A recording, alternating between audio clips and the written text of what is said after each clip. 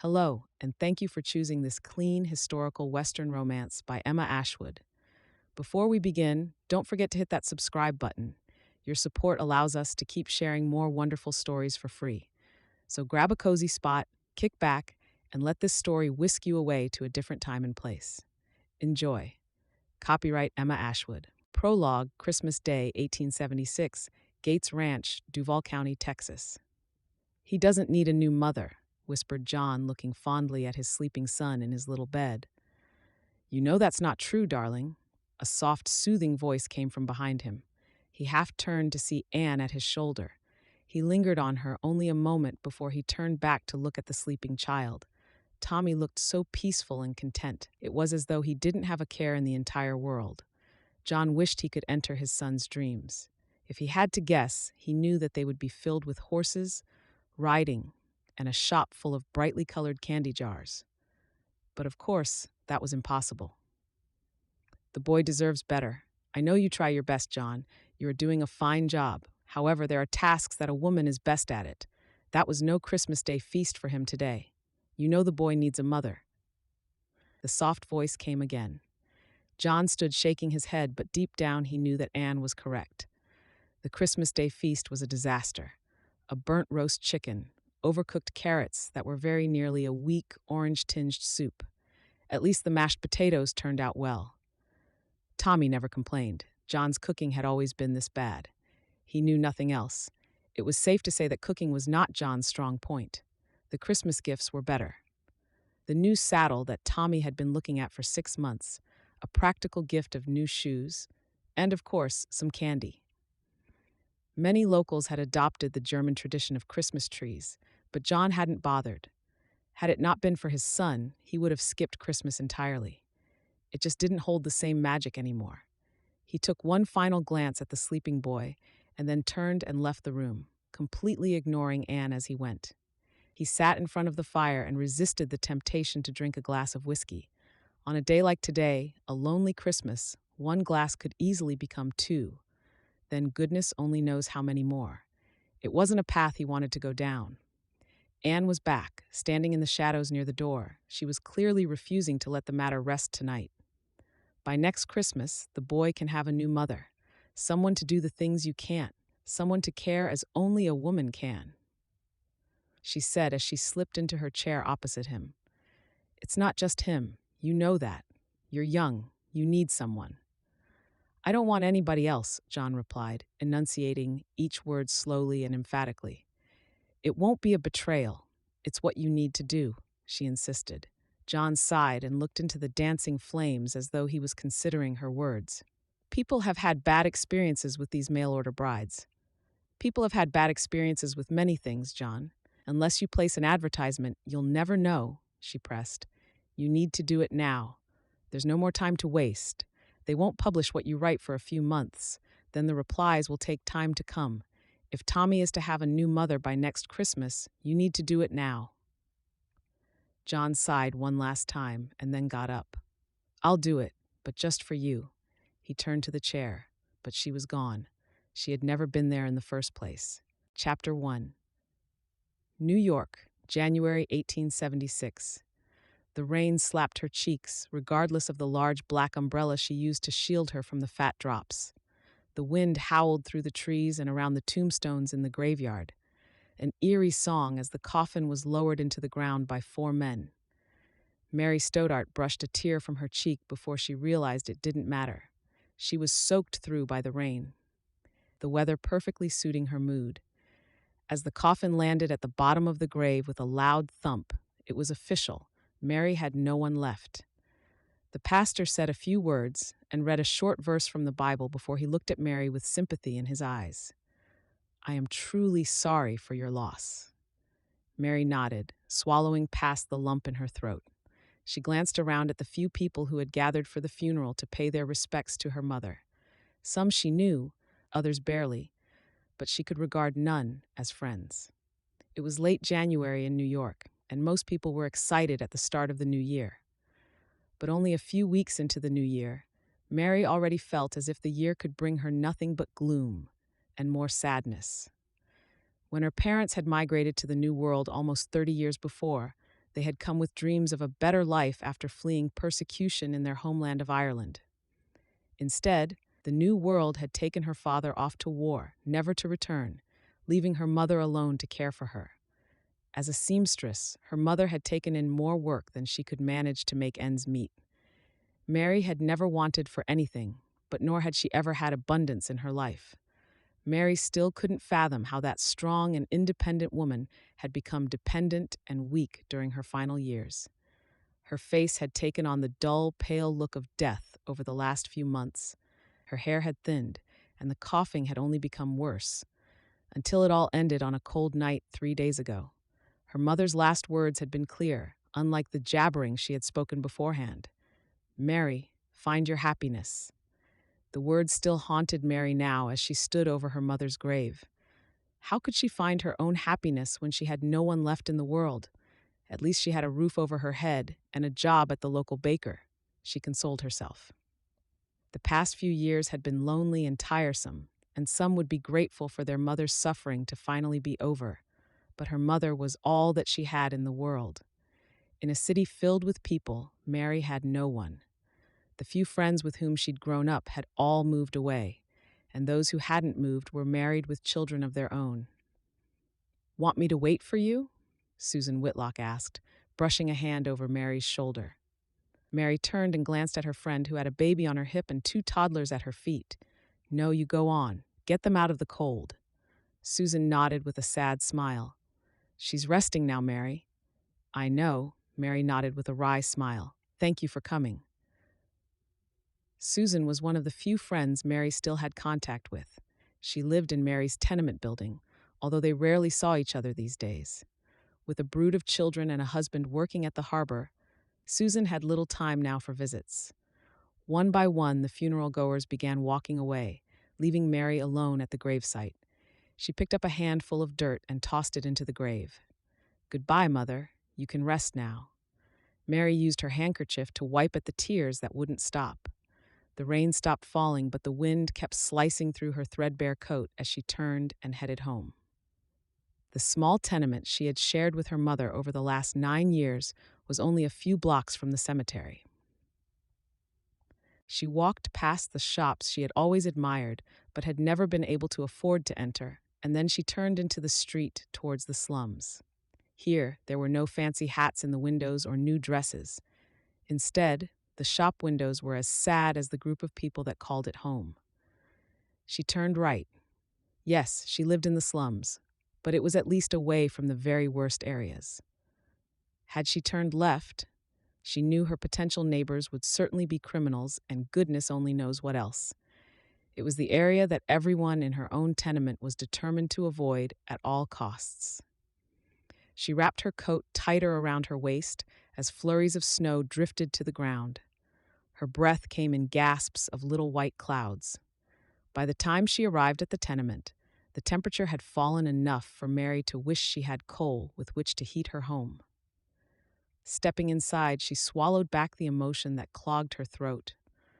Her mother's bed was made, but it was of course now empty. Mary had moved it to the living room almost a year ago when her mother had become bedridden. That way, her mother had not spent her days alone in the bedroom. It all started 8 years ago when her mother contracted scarlet fever.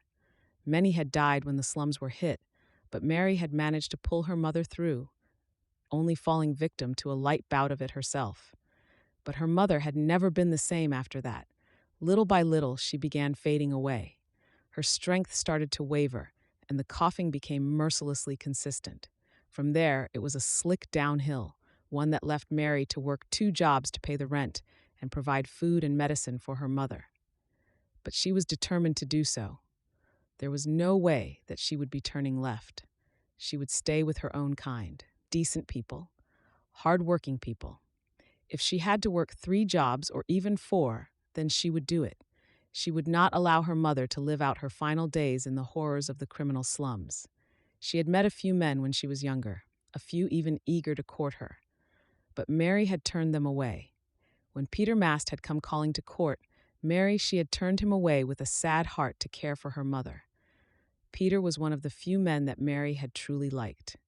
After Mary had turned him down, Peter had moved on and was now married to an heiress in the wealthy part of town. How many times had Mary wondered if turning Peter away had been the right decision? Perhaps he would have helped to care for her mother. She would never know. Now, with her mother buried, Mary wondered whether she would ever be courted. At the age of 29, Mary was what most would call a spinster. Most girls her age were married with children already. Many were on their second husband after having their first cruelly snatched by death. It seemed unfair that some women her age had experienced love twice and she had yet to experience its sweet kiss at all. How Mary had longed to have children of her own. After rustling up a few lumps of coal, she stoked the coal stove before removing her coat. Taking a seat at the wobbly kitchen table, Mary allowed herself to think back on the dreams she once had. Dreams of a husband who adored her and a family to care for. When her mother had fallen ill, those dreams faded along with her mother's health.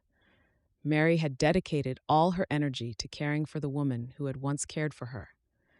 It was the right thing to do. She didn't regret taking care of her mother for one moment. But now, sitting alone in the cold, sad apartment, she couldn't help but wonder at what cost. She was poor, alone, and too old for most men to even take a second look. The only attraction a woman in her late 20s held for a man was if she had a wealthy dowry or if she was highborn. Mary was neither. She's 7%. She sniffed away the tears and knew that the only answer to her problems now would be prayer. After praying for guidance, she glanced at the clock. She had a shift at the bakery later this afternoon, and tomorrow morning she needed to be at the seamstress before 6 o'clock. Mary was grateful for the skills that helped her find work in a city where few were employed. But even with 2 jobs, she struggled to make the rent and buy food. Mary stood up knowing there were things she needed to see too. When you were poor, you didn't have the liberty of grieving. Life relentlessly went on. Bills still had to be paid. There were still chores and work to be done. It didn't matter that her mother was lying cold in the ground. If Mary didn't want to turn left, then she must carry on. She knew it was what her mother would want her to do. She wiped a final tear from her eye and vowed not to cry again. Chapter 2. New York, March 1876. For some reason, Mary had convinced herself that things would be easier now that she didn't have her mother to care for, but life had become harder. The price of milk and coal had increased since she buried her mother in January, and although winter was slowly receding in some parts of the country, it still held New York firmly in its icy grip. In fact, this winter had been one of the hardest and coldest she could remember. Just last month, they had to stop burying the dead for a few days as the ground was too hard to dig the graves. Imagine that? Being unable to say your final goodbyes because it was too cold. It would seem that God was punishing out of pure spite. Her days consisted of going to work at the seamstress in the afternoon and working at the bakery in the morning. By the time she arrived home in the evenings, she was tired and cold. Having no company only made it worse somehow. She considered taking on a 3rd job in the evenings, something that she could do from home, something to pass the time and build to call her own. But she was tired, so tired. She thought that she would get through until spring and then give the idea further consideration. On a cold Thursday evening, Mary arrived home wishing she had money for a new dress. The few dresses she had were all threadbare, and she didn't have the courage to wear her mother's clothes. Even after 2 months, she couldn't stand getting rid of her mother's things. That would make it too final somehow. With half a loaf of bread and a meager chunk of ham, Mary sat down at the table for dinner when there was a knock on the door. A frown creased her brow since she never had visitors. She had heard of thieves that had come knocking in their burrow over the last few weeks, and hoped a scoundrel wasn't about to take what little she had left. Just as she reached the door, a note was slipped under it. Mary frowned as she picked it up and read it. A heavy sigh escaped her as tears burned the back of her eyes. The note was from the landlord. He was increasing the rent by 10% before the end of the week. Mary shook her head while sinking into a chair. She could barely afford the rent now, and to pay more would be impossible for her. She kept reading and reached his explanation that the apartments were meant for families, and if she couldn't afford the rent, paid by other families, it would be better if she found accommodation elsewhere. Left. As she entered the slums, she would have to turn left. She would take her very life in her hands each time she ventured from her door. A cold shiver went down her spine as she envisaged lying cold in a pile of dirty blankets on the wooden floor, surrounded on all sides by terrible misdeeds. Mary shook her head as she read the words again. He was penalizing her for not having a family. In what world did people punish you for having lost your loved ones? Mary had never had a temper, but the anger that raged through her veins made her stand to her full height. She couldn't sit at the table and pretend all would be fine when she knew it never would be. After grabbing her coat and purse, she headed outside. She needed to walk in the brisk evening air to cool her temper and hopefully devise a plan. She walked without a destination in mind for almost 30 minutes before she decided to head to the general grocer.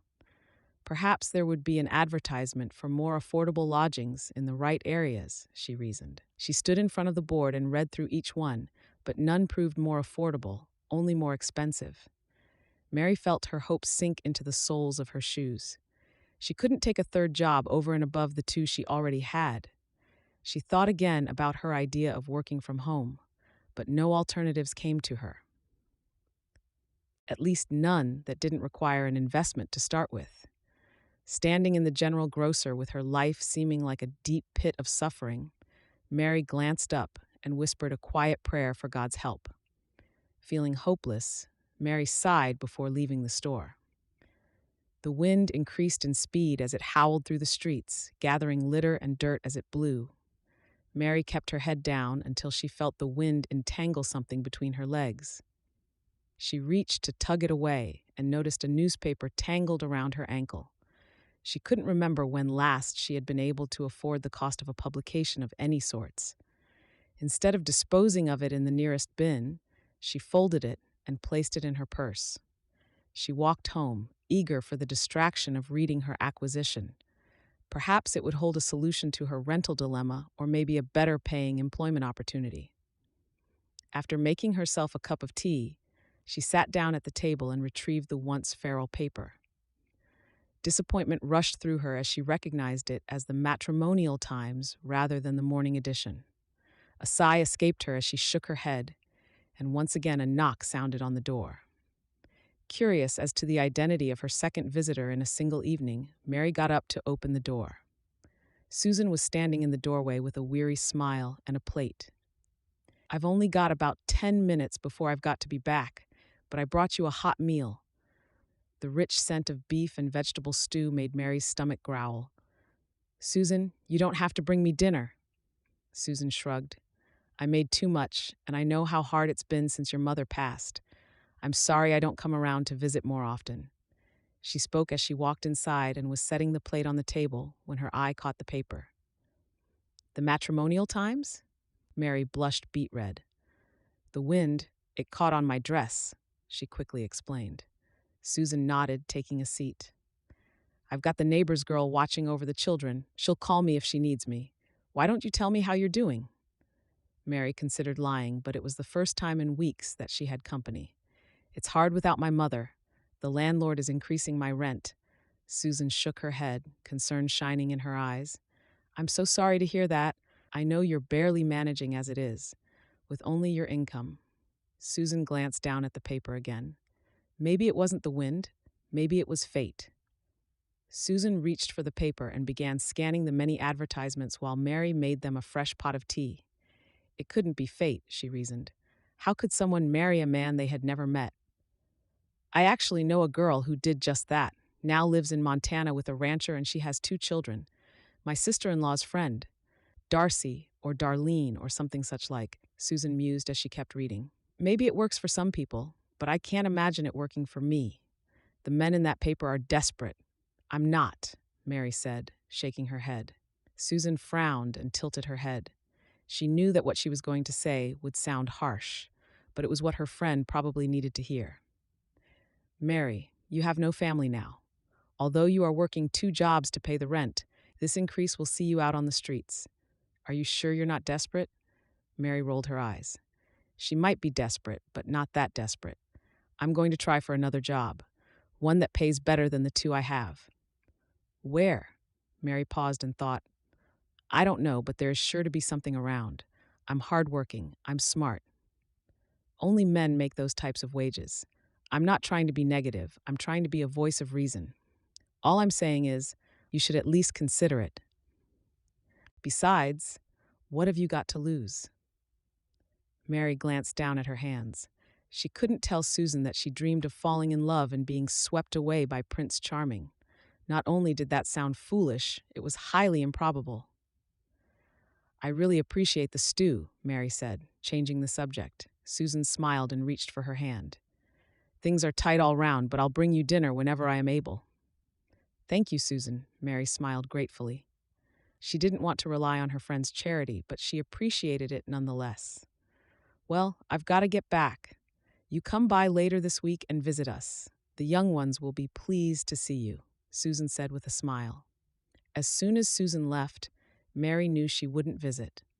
Besides knowing that Susan had her hands full with the children, she was aware that Susan's husband didn't appreciate visitors when he was home. She sat down and savored every morsel of the stew, her eyes glancing at the Matrimonial Times every so often. She thought of Susan's words and refused to believe that she was desperate enough to write to a stranger seeking a wife. By the time she had washed and changed into her nightdress, it was mere curiosity that had her opening the paper. By candlelight, she read over a few advertisements. Her mouth quirked up in a grin as she read. These men were desperate, just as she had thought. But were they? Was it not just a case of circumstances? These men had headed west in search of a better life. But of course, there were no women where they ended up. They had no option. It didn't make it right, though. Imagine heading west to marry a man that you had never met. It made no sense. She was just about to shove the paper in the bin when a heading caught her attention. Wife and mother needed. John Gates, a rancher from Texas, lost his wife 2 years ago. He now raises his 5-year-old son alone. John is a kind and generous man and enjoys caring for his son, but he wants his son to have a mother. John knows how important it is for a son to have a mother to teach him all the things he can't. John isn't looking for a whirlwind romance, but someone he can come to care for with time. If you feel that you are patient, kind, caring, and well-mannered, and that you will be able to adapt to life on a ranch, John looks forward to hearing from you. A frown creased Mary's brow as she read the advertisement again. This wasn't a desperate man, merely one looking for a mother for his child. Mary's heart swelled at the thought of a little boy without a mother, and for a brief moment she considered writing to John Gates. Her heart skipped a beat as the thought took root. She didn't believe in whirlwind romances either, but perhaps with time she could come to care for John. Mary stood up and began pacing the tenement. Surely she wasn't considering it. The fire had died in the grate. She needed fuel to bring it back to life. She crumbled the newspaper into a ball and was about to throw it into the dying embers. But something stopped her. She was not sure what. She took the newspaper to the table and flattened it out. She read the advertisement for the 3rd time. She wanted a family. She wanted children. A ready-made family was waiting for her in Texas. Texas, a land where you didn't need to scramble around for coal to keep warm in winter. She stood up and paced the tenement again. With a final look at her weak and dying fire, she made a decision. She glanced around for a sheet of paper and a quill, and then took her seat at the table again. Perhaps it wasn't the wind that had brought her the paper. Perhaps it was fate after all. Chapter 3. New York, July 1876. During winter, the cold was oppressive, but now, in the heart of summer, the heat was stifling. After spending the afternoon in the bakery, she wanted nothing more than to bathe in cold water before she settled down for the night. But before she did either, she would read the letter she had received in the mail. A grin tugged at the corners of her mouth as she thought of the letter waiting in her purse. When she had written that first letter to John almost 4 months ago, it had been on a whim, maybe born of desperation to a slight extent, if she was honest. She had never imagined that John Gates would respond, nor did she imagine that she'd come to look forward to his letters as much as she did. Between her shifts at the bakery and the seamstress and spending most of her evenings alone, John's letters had become the highlight of her life. The mail service usually took between 2 and 3 weeks for a delivery from John, and while she waited for the next letter, she would read over the previous letter hundreds of times, making sure she didn't miss a single word. Mary still missed her mother, but she had reached the point of grieving where she knew her mother was now at rest and no longer suffering. The loneliness still caught her on some days, but her friendship with Susan had been rekindled over recent months.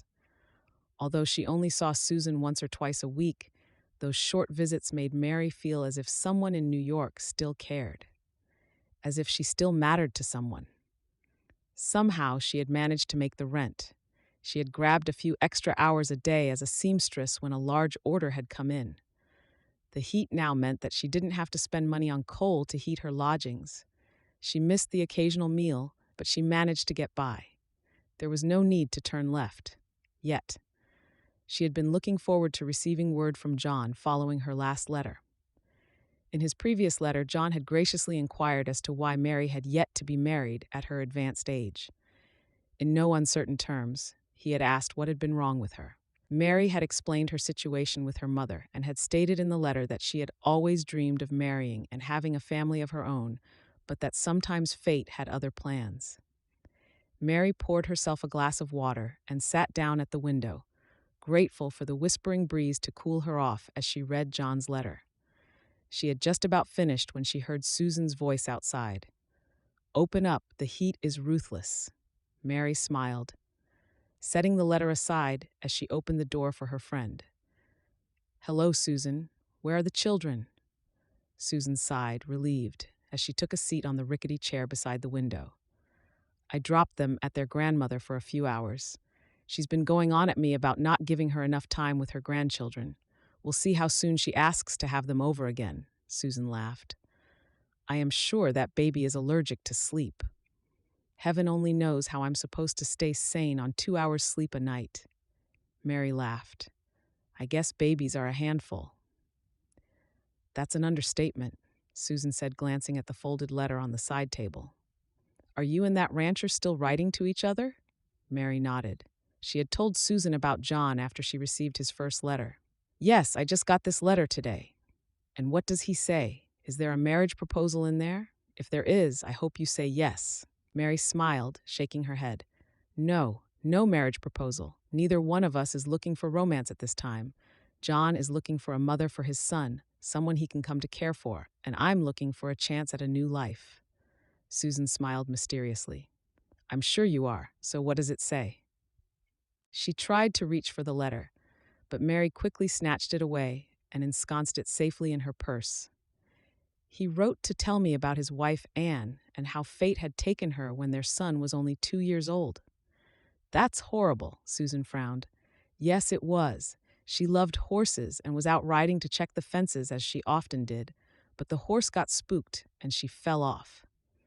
John says it's a strange kind of fate that takes a life while doing what you enjoy most." "That poor man. He must have been devastated. How long has it been since?" "Almost 3 years," Mary said.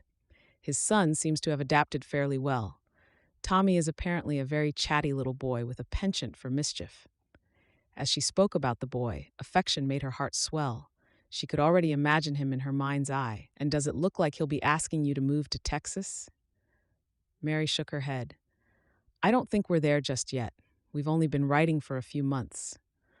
"Well, for your sake, I hope he doesn't take too long. Christmas is only a few months away, you know." Mary nodded, understanding the inference. It would be Mary's first Christmas without a family, and Susan hoped she would have a family before Christmas. "I know. Can you tell what he's like from his letters?" "Well-versed," Mary chuckled. "I don't know. It's hard to tell a person's personality from a letter, but from what I can tell, he's a kind man and he's generous. The way he talks about his son, it's clear he loves him very much. I know he farms cattle and that he enjoys summer over winter. I also know that he loved his wife very much." Susan nodded. I know that you're a little more invested than you were when I suggested you consider becoming a mail order bride. Mary shook her head. When you say it like that, it's as if I'm going to go to the post office and ask them to mail me to a husband. Besides, who says I'm considering marriage when he hasn't even asked? Susan smiled with a twinkle in her eye. Because I know that if he does, you'll say yes. You like him, don't you? Mary debated for a moment before she nodded. I do. I like him on paper. Both women laughed, but as the laughter faded, Mary knew that Susan was right. If John were to propose, she would say yes. The only question was whether John was going to propose to her, or if he was still deciding whether or not she was suitable to be a mother to his son. Chapter 4. New York, October 1876. You take care of yourself out there, you hear, Susan said tearfully as she pulled Mary into a fierce hug. Mary bit back her own tears. I will, and you take care of your family. I'll write as soon as I'm settled. Of course you will. I want to know all about your Texas rancher and your new life, Susan insisted. Ma'am, are you staying or going? 'Cause this stagecoach ain't waitin'. The driver said gruffly at Mary's side. Mary released Susan and brushed away a stray tear. Goodbye, Susan. Thank you for your friendship and for all your support over these past months. The thank you included more than just the visits. It included the numerous meals that Susan had brought over when she noticed Mary was losing weight. It also included the dresses Susan had given Mary when Susan became a little broader after having children. Mary glanced at the stagecoach to see that her carpet bag was already strapped to the top. Inside the stagecoach were 4 more passengers. She turned and smiled at Susan one last time before boarding. Her heart was racing as the stagecoach began moving. She was leaving everything she knew behind in New York to meet a man who proposed to her in writing only a month before. What little money she had after paying the last month's rent was safely tucked into her pocket for her eventual arrival in Texas. She had an idea for gifts to win over Tommy's favor when she met him for the first time, if needs be. A smile tugged at the corners of her mouth as the stagecoach trundled out of New York. The journey south would take almost 2 weeks, but Mary didn't mind. Every day she was on the road was a day closer to her new life. When John proposed, she was elated because in her heart she knew she wasn't just traveling to Texas to be a mother to Tommy. In time, she was certain that she and John would also find love. Although neither had mentioned it in the letters, Mary could feel the change in his writing. In the end, they had been more personal than informative. Heading south? A man asked, drawing her attention back to the interior of the stagecoach. Mary nodded. Texas. I'm Mary Stobart. I'm Mr. Puckerson, and this here is my wife, Beth Puckerson. It's a pleasure to meet you both, Mary smiled. Mr. and Mrs. Puckerson were middle-aged and clearly wealthier than Mary had ever been. Besides them was an elderly gentleman who reminded Mary of a thin scarecrow, even as he ignored the introductions. The remaining passenger happened to be the wife of the scarecrow man. Both looked miserable and irritable despite the journey having just commenced. Mary couldn't imagine spending the coming weeks with these 4 people. But the stagecoach was the quickest means of travel southwards, and according to John, also the safest. Mary had only packed whatever could fit into her carpet bag, leaving the rest for Susan to either keep or sell. There wasn't much, but it felt only right to give it all to Susan as thanks for all she had done for her over the past few months. As night fell, Mary was very nearly lulled to sleep when the stagecoach stopped to set up camp for the night. The Puckersons complained incessantly about having to make their own beds and help with dinner. The scarecrow man and his wife talked to no one as they got ready to settle in for the night. Feeling a little left out and overwhelmed at sleeping in the middle of nowhere with nothing but coyotes and owls for company, Mary finally climbed into her bedroll. The following morning, the driver woke them early to resume their journey. Mary's back ached as a result of sleeping on a rough stick, which she only discovered under her bedroll in the morning. 10%. She would have liked the opportunity and time to wash before climbing aboard the stagecoach for another grueling day of travel. By the 3rd day, she no longer even tried to keep track of the aches and pains. Her kidneys hurt from the constant bumping, her back ached terribly, and the Puckersons' incessant arguing since morning had been the cause of her headache. Whenever the journey became overwhelming, Mary would reread John's letters to reassure herself that it would all be worthwhile. After a week on the road, the stagecoach driver proudly announced that they were only a few days from Texas. They had made better time than expected, and the journey would be cut short by 2 days. Spirits were high when Mary and the other passengers took their seats in the stagecoach that morning. There was a thick cloud covering overhead, and even through her traveling coat, Mary could feel the cold begin to nip. She glanced out the window and noticed snow starting to fall. She was surprised. She thought it would be warmer the further south they traveled. A smile curved her mouth as she thought of Susan's words months ago. Mary would have a family by Christmas. She sighed contently. The stagecoach unexpectedly hit a hard bump, causing it to capsize on one side. "This is the last thing we need," Mr. Puckerson announced, knocking his walking stick against the door. "Driver, what's going on?" The driver opened the door with an apologetic expression. "Seems we broke a wheel. I tried to get away from the rocks, but the horse had other plans." "Perfect. I told you this journey was nothing but disastrous," Mrs. Puckerson accused, clucking her tongue.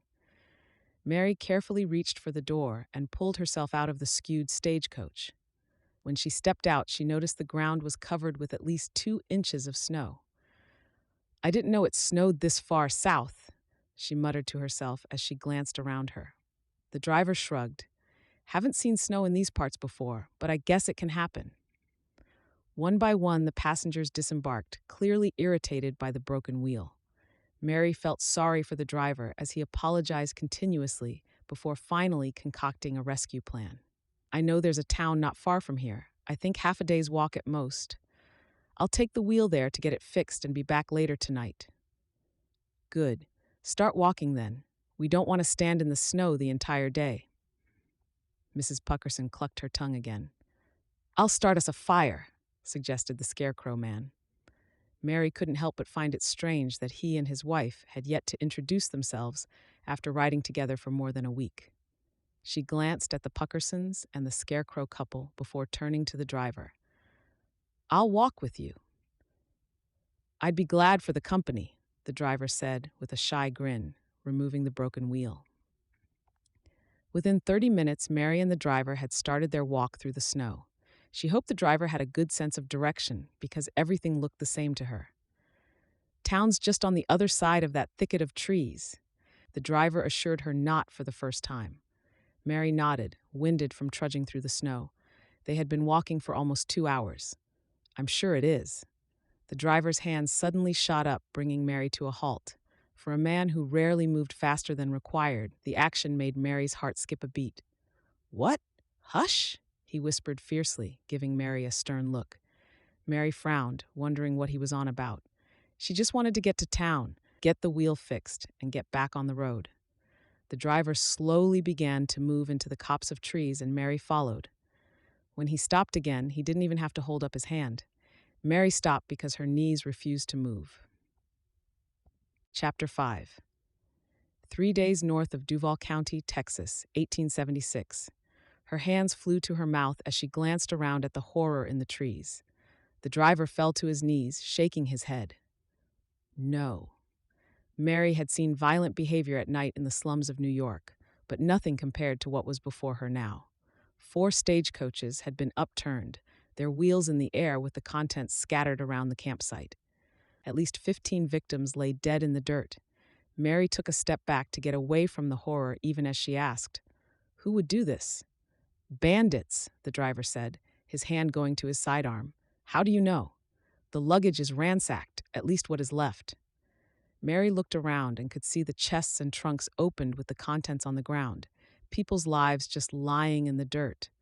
"These poor people," Mary whispered, horrified. "How frightened they must have been." The driver nodded and turned to Mary with concern in his eyes. "This didn't happen too long ago, ma'am. It would best to move on as quick as possible. The bandits won't be far away." Mary nodded and followed him through the site of the attack when he suddenly stopped. "Instead of wasting time walking to town, I'm going to take one of them wheels over here." Mary kept watch as he assessed all 4 stagecoaches before finding one with the same size wheel as theirs. He reached under the driver's bench and pulled out a selection of tools. He set to work removing both wheels, one to replace and the other as spare, while Mary steeled herself in the event of the attacker's return. The driver had just tied the wheels together to drag back to their stagecoach when Mary heard a muffled cry. She turned to the sound. "Wait, did you hear that?" The driver shook his head. "Probably a wild cat. Come on, best get going." Mary nodded and fell into step beside him when she heard it again. This time she was certain that it was not a wild cat. A wild cat didn't sound anywhere near similar to a child crying. "Stop," she called to the driver as she began to follow the sound. "Hello, is anyone out there?" Mary asked in a hushed voice. "No one back there alive, ma'am. Best get going before we join them," the driver said impatiently. When Mary heard the sniffle, she knew she was right. She carefully followed the sound to a clump of thick bushes before kneeling and peering inside. "Hello?" She could see nothing, but she was certain the sound was coming from the bushes. She waited for a moment until she heard a sniff. Carefully, she reached into the bush and pushed the branches aside. In the dirt sat a little girl, her face tear-streaked and her eyes wide with fear. Mary's heart swelled looking into the little girl's brown eyes. She reached out to touch the girl who skittered back in terror. "I won't hurt you, little one," Mary whispered soothingly. "Did they hurt you too?" The big brown eyes held Mary's gaze as the girl shook her head. "Miss, come on now," the driver called from behind her. Mary glanced over her shoulder and shook her head. "There's a little girl hiding here in the bushes. Alive. We can't just leave her here." "We can if she won't come out," the driver insisted without concern, his eyes fearfully scanning the area. Mary turned back to the girl, knowing she had a few minutes at most to get her out of the bushes or she'd be stuck here with the child. "My name is Mary, little one. Come on out so that I can take a look at you. We won't hurt you. We want to help you." The girl didn't move or say a word. She just kept her eyes on Mary as more tears slid from her eyes. She glanced over Mary's shoulder, and Mary turned to follow her gaze. Yhavasity. A woman was prostrate on her stomach. Although Mary hadn't seen her face, she knew for certain the woman was dead. "Is that your mother?" The girl nodded as more tears spilled from her eyes. "I know you must be very scared, but you have to trust me. Your ma would have wanted you to be safe. Come with me, and I'll keep you safe." Mary knew it was a promise she might not be able to keep, but it was the best she could do right now. If the girl was to stay here, she would be dead anyway. She would starve or be easy prey for a wild animal. She watched the hesitation in the girl's eyes for a moment, before the girl scrambled out of the bushes and into Mary's arms. Mary scooped her up and glanced at the driver, who shook his head. "Don't got no food for more passengers, miss." Mary rubbed the distraught little girl's back and narrowed her eyes at the driver. "She can share my food, and I'll pay her fare for the time it takes to get to Conception. You can't possibly suggest we leave this child here?" The driver shrugged and began walking back to their stagecoach. He knew that he was defeated. Mary followed after, her arms growing weary from carrying the girl, but she didn't dare put her down. After 30 minutes, the girl's breathing grew steady, and Mary knew she had fallen asleep. When they finally arrived at the stagecoach, Mary was parched and her arms stiff. She woke the little girl with a kiss to her head. "Wake up, little one. You need to drink some water." She carefully set the frightened child down under the curious looks of the other passengers. Mary tended to the little girl, giving her water and a little jerky, while the driver explained what they had happened upon. The Puckersons made their opinion clear, but the Scarecrow couple didn't even look concerned about the little girl. Once the new wheel was on the stagecoach, everyone piled back inside, and Mary scooped the girl onto her lap. They started to drive away, and Mary glanced out the window, knowing that the little girl's life had just been forever changed. She buried her head in Mary's chest and wept until she finally fell asleep. She didn't even know the child's name. As the day drew on, Mary knew she had a big decision ahead of her. There would certainly be one or more orphanages in Texas that would take the girl in. But as she wrapped her arms around the tiny body, Mary knew that she didn't have the heart to abandon her in such a way.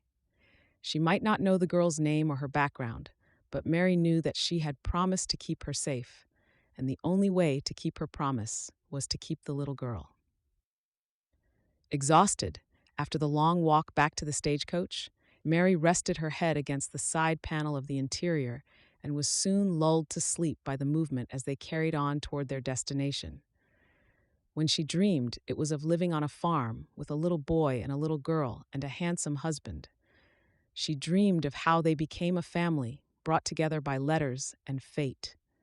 She woke when the stagecoach stopped to throw up camp for the night, only to find the little girl sitting up and watching her with wide brown eyes. "My name is Jane." Her voice wavered a little, but Mary could see the determination in her eyes. A smile tugged at the corners of her mouth. "Hello, Jane. It's nice to meet you. I'm Mary." When the little girl returned Mary's smile, although the shadows of grief still haunted her eyes, Mary knew that she would keep her promise to Jane. She would give her own life to protect the little girl who had already lost too much in one day. In a strange twist of fate, she had already become a mother even before she arrived in Texas. Chapter 6. One day north of Conception, Duval County, Texas, 1876. It was the final day of their journey, and by late afternoon, Mary would finally arrive in Conception. She was more than grateful that she had made the journey safely and that it was finally over. If she had to spend one more day in the stagecoach, with the Puckersons' constant arguing, or the Scarecrow Man and his wife's recalcitrant stares at Jane, she might just say something better left unsaid. After rolling up her bedroll and helping the driver pack up, she called Jane closer. Since introducing herself to Mary 2 days before, Jane had barely said another word. She left Mary's side only rarely and barely for a few moments before returning to clutch at the hem of Mary's dress. Mary wished the girl would at least tell her how old she was. Other than her name, Mary knew nothing about the little girl who looked to Mary as her mother. Whenever Jane looked at her with trust and hope, Mary's heart simply swelled. In just 2 days, she had come to care more for the little girl than she ever imagined possible. Jane rushed towards her and reached for Mary's hand without hesitation. Mary smiled down at her before they climbed into the stagecoach. As soon as Mary was seated, Jane clambered into her lap, resuming her position. The stagecoach pulled away from their campsite and started its journey for Conception. As the wheels ate the dirt road, Mary couldn't help but feel nervous. She was excited to finally meet the man she had journeyed so far to meet. But on the other hand, she was nervous to arrive with an unexpected child in tow. A child John knew nothing about. It was obvious the problems that might cause. While Jane napped, Mary closed her eyes in prayer that John would be patient and listen to her explanation. By the time she opened her eyes, she knew without a single doubt in her mind that she wouldn't give Jane up. Although Jane was nothing to her, she had made Jane a promise, and no man could make Mary break that promise. "She looks just like you, you know," Mrs. Puckerson said, breaking the silence in the stagecoach. Mary frowned as she glanced down at the sleeping child. She hadn't noticed it before, but now that Mrs. Puckerson mentioned it, Jane did look a little like her. They had the same shade of brown hair, although Jane's was lightened at the ends from hours of playing in the sun. Their eyes were almost the same shade of green, although the shapes were vastly different. She hugged the child closer to her and smiled at Mrs. Puckerson. "She does, doesn't she? No one will know she isn't yours," Mrs. Puckerson said conspiratorially. Mary smiled, although she wasn't sure what Mrs. Puckerson meant. She glanced out the window, and in the distance she could see a small town on the horizon. Her heart skipped a beat, knowing it was Conception, and that right now a man and a little boy were waiting for her to arrive. A smile curved her mouth as Jane began to stir. "Look, Jane, there's our new home," Mary said, pointing in the distance. Jane looked up at Mary and smiled. "Our home." Those 2 words made Mary resolute in her decision to take care of Jane. "Yes, our home. Jane, how old are you?" Jane glanced at the Puckersons who were arguing about the elevation before she turned back to Mary. "I'm 7, she whispered before glancing out the window again. Mary didn't attempt more conversation. When Jane got that faraway look in her eyes, it was clear that she wasn't going to talk anymore. As the stagecoach neared the town of Conception, Mary became more nervous. What if John was nothing like the man she had come to know in the letters? What if he was old and miserable and didn't even have a child? As the doubts started to mount, Mary became more and more doubtful whether coming to Texas had been the right decision. At least in New York, she had a job and a home. Now she was about to meet a man she didn't even know and then marry him. The stagecoach came to a stop and the driver called out, "Conception." Mary took a deep breath and smiled at the other passengers before she and Jane climbed out. While the driver untied her carpet bag and bedroll from the roof, Mary glanced around the town. It was a small town populated with wooden cabins, with a dusty thoroughfare that Mary could tell hadn't seen rain in months. The cold wasn't as bad as it was in New York, but the wind was fierce, whipping up dust as it streaked along the thoroughfare. "I can drop her off in the next town, miss. I know of an orphanage that would take her. One run by 'em sisters, you know," the driver said, placing Mary's bag at her feet. Jane's eyes widened as she shook her head. "No, please don't make me go with him," Jane pleaded as tears began to stream down her cheeks. Mary shook her head at the driver as she hugged Jane to her waist. "You go on without her. She'll be staying with me." The driver frowned as he scratched his head. "You sure, miss? Nothing but trouble having a young un around, especially if you're a woman alone." Mary nodded firmly. "Jane will be staying with me. Conception is our new home. Thank you for your trouble." She handed him the pocket of money she had brought with from New York. The driver accepted it, quickly counting it before turning to her. "It's not enough for her fare, but I'll take it." Mary wanted to point out that the girl had only been on the stagecoach for 3 days, but made the decision to keep quiet. She glanced up and down the street for a man and a boy, but couldn't seem to spot either as the stagecoach drove away. "Now what?" Jane asked. Mary smiled at her, not wanting the girl to pick up on her anxiety. "Now we wait for Mr. John Gates to come and collect us. He knows we'll be arriving today." As soon as the words left her mouth, Mary corrected them in her mind. John knew she was arriving. He had no idea she was bringing a 7-year-old girl with her. She took a deep breath and hoped that John would be understanding, because if he wasn't, she had no idea what she would do. She heard the thunder of galloping horse hooves coming up behind her. Mary and Jane both turned to see a wagon pulled by a magnificent horse carrying a handsome man wearing a wide cowboy hat. Beside him was a little boy wearing an identical hat, although he could not be much older than 5. "Is that them?" Jane asked curiously. Mary felt a smile tug at the corners of her mouth. "I expect it is. Ready to meet your new family?" Jane nodded hesitantly. Mary squeezed the little girl's hand as they watched the wagon approach. The man pulled on the reins and brought the horse to a stop. Chapter 7.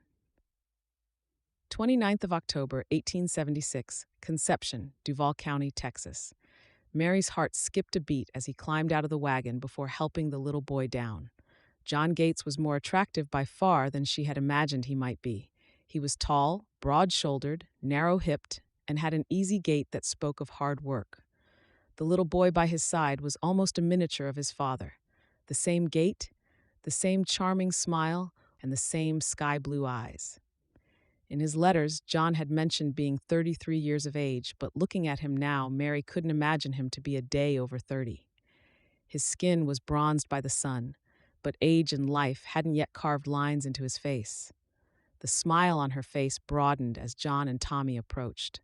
John offered her a charming grin before a frown drew his brows together when he saw the little girl holding her hand. The smile faded as he stopped in front of her. "I'm sorry. I thought you were someone else," John said before he turned and began walking back to the wagon. Mary swallowed past the fear that had lodged in her throat at the sight of his frown. "Are you John Gates?" she called out. He stopped and turned slowly before tilting his head. "Yes, ma'am. Are you Mary Stobart?" Mary nodded, forcing a smile on her face. "Yes, I am Mary Stobart." Mary stepped forward and held out her hand. "Pleased to meet you." John glanced at her hand with distaste before he turned to his son. "Tommy, you go jump in the wagon. I'll be right there." Tommy frowned. "But Pa, you said we're coming to fetch my new ma. Is that her?" John clenched his jaw. Tommy, we'll talk about this later. I need you to go wait in the wagon. Now. Although he didn't shout, there was firmness in his voice that made the boy do as he was told as John glared at Mary. Her heart began to race. She didn't know this man at all, but for a few letters, but she recognized anger when she saw it. I know you must be caught off guard, Mary began. John took a step towards her and glanced at Jane before shaking his head at Mary. I only wrote that darn advertisement because everyone was going on about how I could find an honest woman to help me raise my Tommy. I didn't want to, but I finally gave in. Just look how honest you are, standing there holding your daughter's hand. But, Mary began. Her eyes darted to Jane before meeting John's cold blue gaze. Don't even try and explain. You didn't want to tell me about her because I wouldn't have proposed. I don't care about your excuses. I don't take well to lying either. Never have. You thought you could win me over and then come on out here and tell me you had a girl? That's pertinent information, Miss Stobart. Information I would have appreciated having before I proposed. If you just... Mary started again, tripping over the words as dread filled her soul. No, I get it. You wanted to trick me into being your daughter's pa, Miss Stodart. I ain't interested. Best head back where you came from.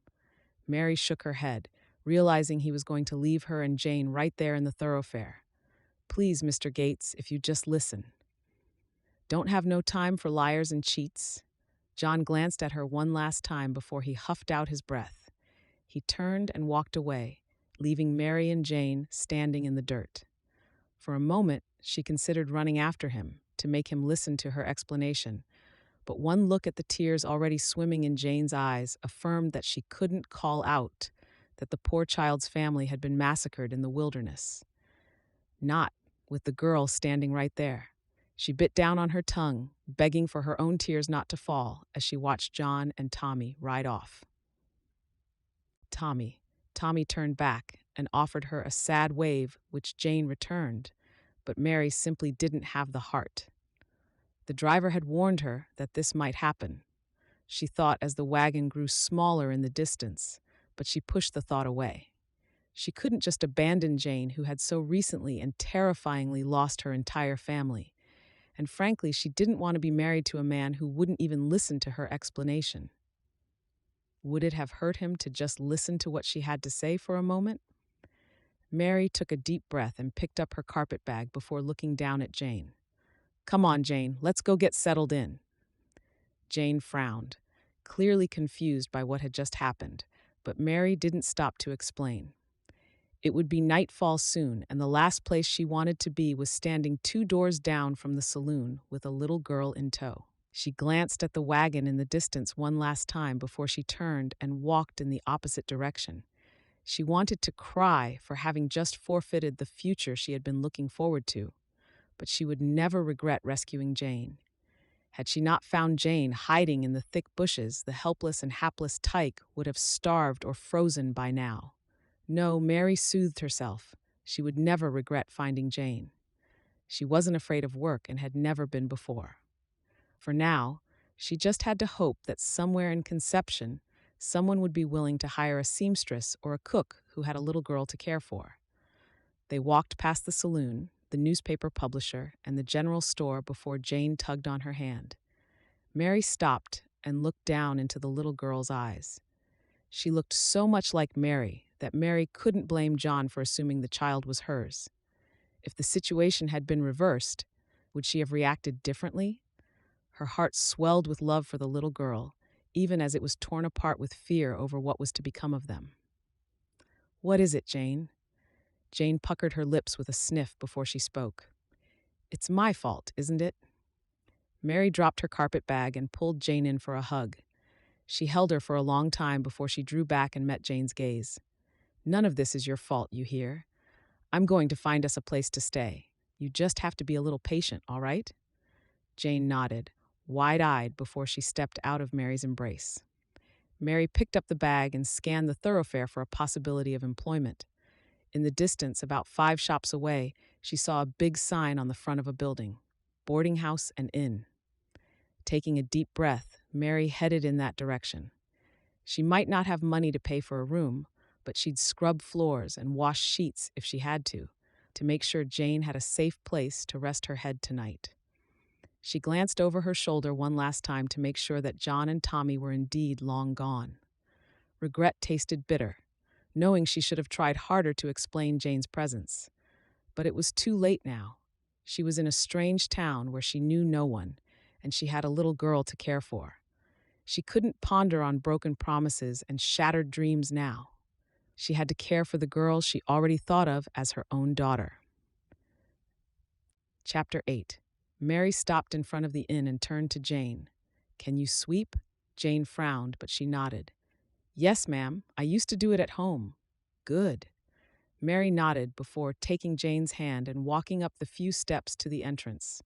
She approached the reception desk behind which stood a middle-aged man with bushy brows, all the while looking over the interior. She took a deep breath and smiled broadly at the man. "Hello, my name is Mary Stobart, and this here is Jane." Before Mary could continue, the man raised one bushy brow and leaned over the counter to look at Jane. "You come on the stagecoach today?" He looked her up and down as though he were about to purchase an auction lot of cattle. Mary nodded. "Yes, we did. I was hoping you'd be kind enough to offer us a room in exchange for some help." The man grinned wryly before he tucked a wad of tobacco into his cheek. "Don't need no help." Mary kept her smile in place. "Everyone needs a little help. I can see these floors need a good sweeping, and Jane here is a magician with a broom. I can help with the housekeeping and the cooking, and I can even do some sewing if you have linens that need repair." The man shook his head. "Like I said, no help needed." Mary sighed, feeling tears of defeat burning the back of her eyes. She glanced at Jane before she stepped closer and lowered her voice. "I'll be honest, sir. I need help. I came to Conception by invitation, but that invitation has fallen by the way. I've been on the road for almost 2 weeks, and I have nowhere to stay. What little money I had left, I gave to the driver of the stagecoach. I'll do anything to pay for our room and board. All I'm asking for is a little help until I get back on my feet." A heavy sigh escaped him, the waft of whiskey drifting to Mary. She wanted to flinch and move away, but she held his gaze. "Please, sir, we don't need a big room, just a small room with a bed. We'll share." "You say you got nowhere else to go?" "No, sir." He shook his head and grunted. "Don't make me regret this. Only reason I'm doing this is because I know the saloon would be eager to take you on." Mary's eyes widened at the thought. "No," he chuckled. "Exactly. You don't seem the type, especially not with a little girl in your care. My name is Bert East, and I don't take well to tomfoolery. You say you're going to work. You going to work for your room and board, or you'll be out on the street?" Mary nodded gratefully. "Yes, Mr. East. I'll work. Thank you so much for your kindness." "It's not much, but there's a room by the kitchen. Cook got married a few months back, so it's empty. It's yours while you work here. You can help with the cleaning and cooking. Been doing most of it myself these past few months." He glanced at Jane. "Make sure that girl knows her place. Don't want guests complaining about a child under their feet." "Of course. Jane will be supervised at all times," Mary promised as the man moved out from behind the counter. "Come on. You can start in the morning. I think there are still some grits left from supper. You can help yourself to some bread as well, but you clean up after you're done in the kitchen." While talking, he led them through a small dining area that opened through a doorway into the kitchen. It was dusty and dirty, for which Mary was grateful, because that meant she could clean it and prove her use to him. At the far side of the kitchen was a smaller door. He opened it and Mary looked inside. It was barely big enough for the single bed and small side table it held, but it was a room, one she didn't have to pay for. "Thank you, sir. Thank you very much. God will bless you for your kindness." He sent. He seemed a little uncomfortable with the blessing as he shrugged. "Breakfast starts at 6 in the morning. Make sure you're ready to start." "I will," Mary promised before he turned and walked away. She closed the door and turned to Jane with a broad smile. "We have a room." Jane nodded and moved to the bed where she sat and pulled a swatch of fabric out of her pocket that Mary didn't recognize. Mary frowned as she kneeled before Jane. "What's that?" "My maize," Jane whispered sadly. Mary pulled Jane into her arms. She couldn't imagine the grief the poor girl was suffering, but at least she had found suitable room and board until she could formulate a better plan. She pulled away and framed Jane's little face with her hands. "We'll be all right, Jane. Just you wait and see. Life's thrown us a few knocks, but God will take care of us. Let's get you settled in for the night." They had been traveling for 3 days since she found Jane, and she only realized now that Jane had no possessions in this world apart from the clothes on her back and the shoes on her feet. Jane had no clothing beyond what she wore. Mary moved to her bag and pulled out some of the dresses Susan had given her. She selected 3. It would take careful seamstressing, but she would manage to reinvent at least 4 dresses for Jane and a nightdress, if she worked carefully. Having something to do gave her a sense of purpose for the first time since leaving New York. A smile curved her mouth as she turned to Jane. "Let's get you a little food, and then you can get some rest. When you wake up tomorrow morning, I'll have a new dress ready for you." A ghost of a smile played on Jane's mouth. "A new dress?" "Yes, but first grits and bread." Mary found the grits and the bread and wasn't shy when serving up a meal for Jane. 2 thick slices of bread were piled onto Jane's plate along with the grits. Mary poured them each a cup of coffee, and they sat down in their room to eat. Jane made short work of clearing her plate in just a matter of minutes. Mary enjoyed the bread, but the grits were too greasy for her taste. She had a few bites and then offered the rest to Jane. Once they were finished eating, Mary found the water pump and the outhouse. She helped to wash Jane and put her to bed once the dust of the journey was drained away. Barely 10 minutes later, Jane was fast asleep. By the light of a lantern, Mary searched for her sewing kit.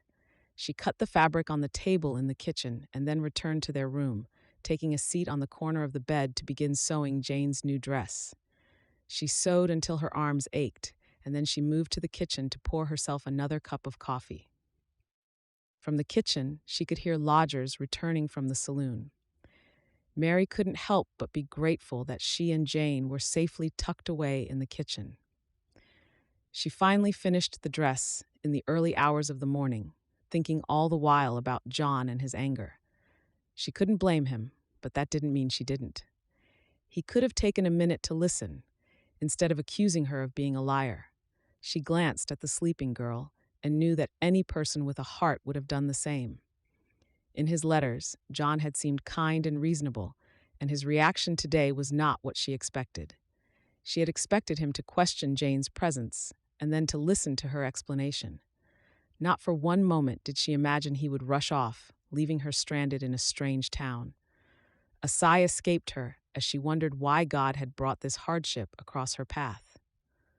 Why did he let her travel all the way from New York only to be disappointed? A look at Jane's brown hair spread across the pillow made her realize that God had a bigger plan than marriage in mind when he had led her to conception. She just didn't realize that plan included a little girl rather than a husband. Tired and defeated, Mary hung the dress behind the door and changed into her nightdress. When she slipped beneath the covers, it was a matter of minutes before sleep dragged her under. But her sleep was fitful, and her dreams were more akin to nightmares. She was glad when it was time to rise and face a brand new day. Chapter 9. 14th of November, 1876, Conception, Duval County, Texas. "Mary, we need more grits and eggs," Bert shouted from the dining room. Mary sighed as she cracked more eggs to scramble, looking over at Jane seated on a nearby crate. "Jane, will you make the bed and tidy our room while I see to breakfast?" The girl nodded demurely before she got up and headed to their room. Mary sighed, wishing there was another way. But she knew Bert didn't like Jane hanging around the kitchen too much. She focused on the grits and the eggs, hurrying to get them done before Bert shouted again. She wasn't sure if the 8 guests who had arrived 2 days before were planning to stay in Conception or if they were just traveling through, but she hoped they didn't stay at the inn much longer. Ever since their arrival, Bert had been in a foul mood. The first few days he had been kind and patient, especially with Jane, but his patience soon vanished when the inn became busy and he realized he didn't have enough hands to be everywhere. Mary spent the first 2 hours of her day in the kitchen cooking breakfast before she headed upstairs to change the linens and clean the rooms. While she cleaned the rooms, Jane swept and mopped the floors, and then they headed back to the kitchen to cook lunch. Once lunch had been served and the dishes were taken care of, Mary began cleaning the reception area and the dining room. It surprised her every day just how much dirt was trampled in from the thoroughfare. When she suggested Bert buy a doormat from the general store, he had merely scoffed at the unnecessary expenses before telling her that he wasn't about to pay so that she could have less work to handle. Mary had received the message clear as daylight and hadn't bothered with suggestions again. Once she had cleaned the dining room and reception area, she and Jane returned to the kitchen to start on dinner. Some days it was rabbit stew, other days it was steak. Twice, Bert had brought her a lump of prime beef for stewing. Mary didn't mind the hard work, but she could see that the drudgery of their days in the inn was getting to Jane. She was crawling deeper and deeper into her shell, barely speaking at all unless she was spoken to.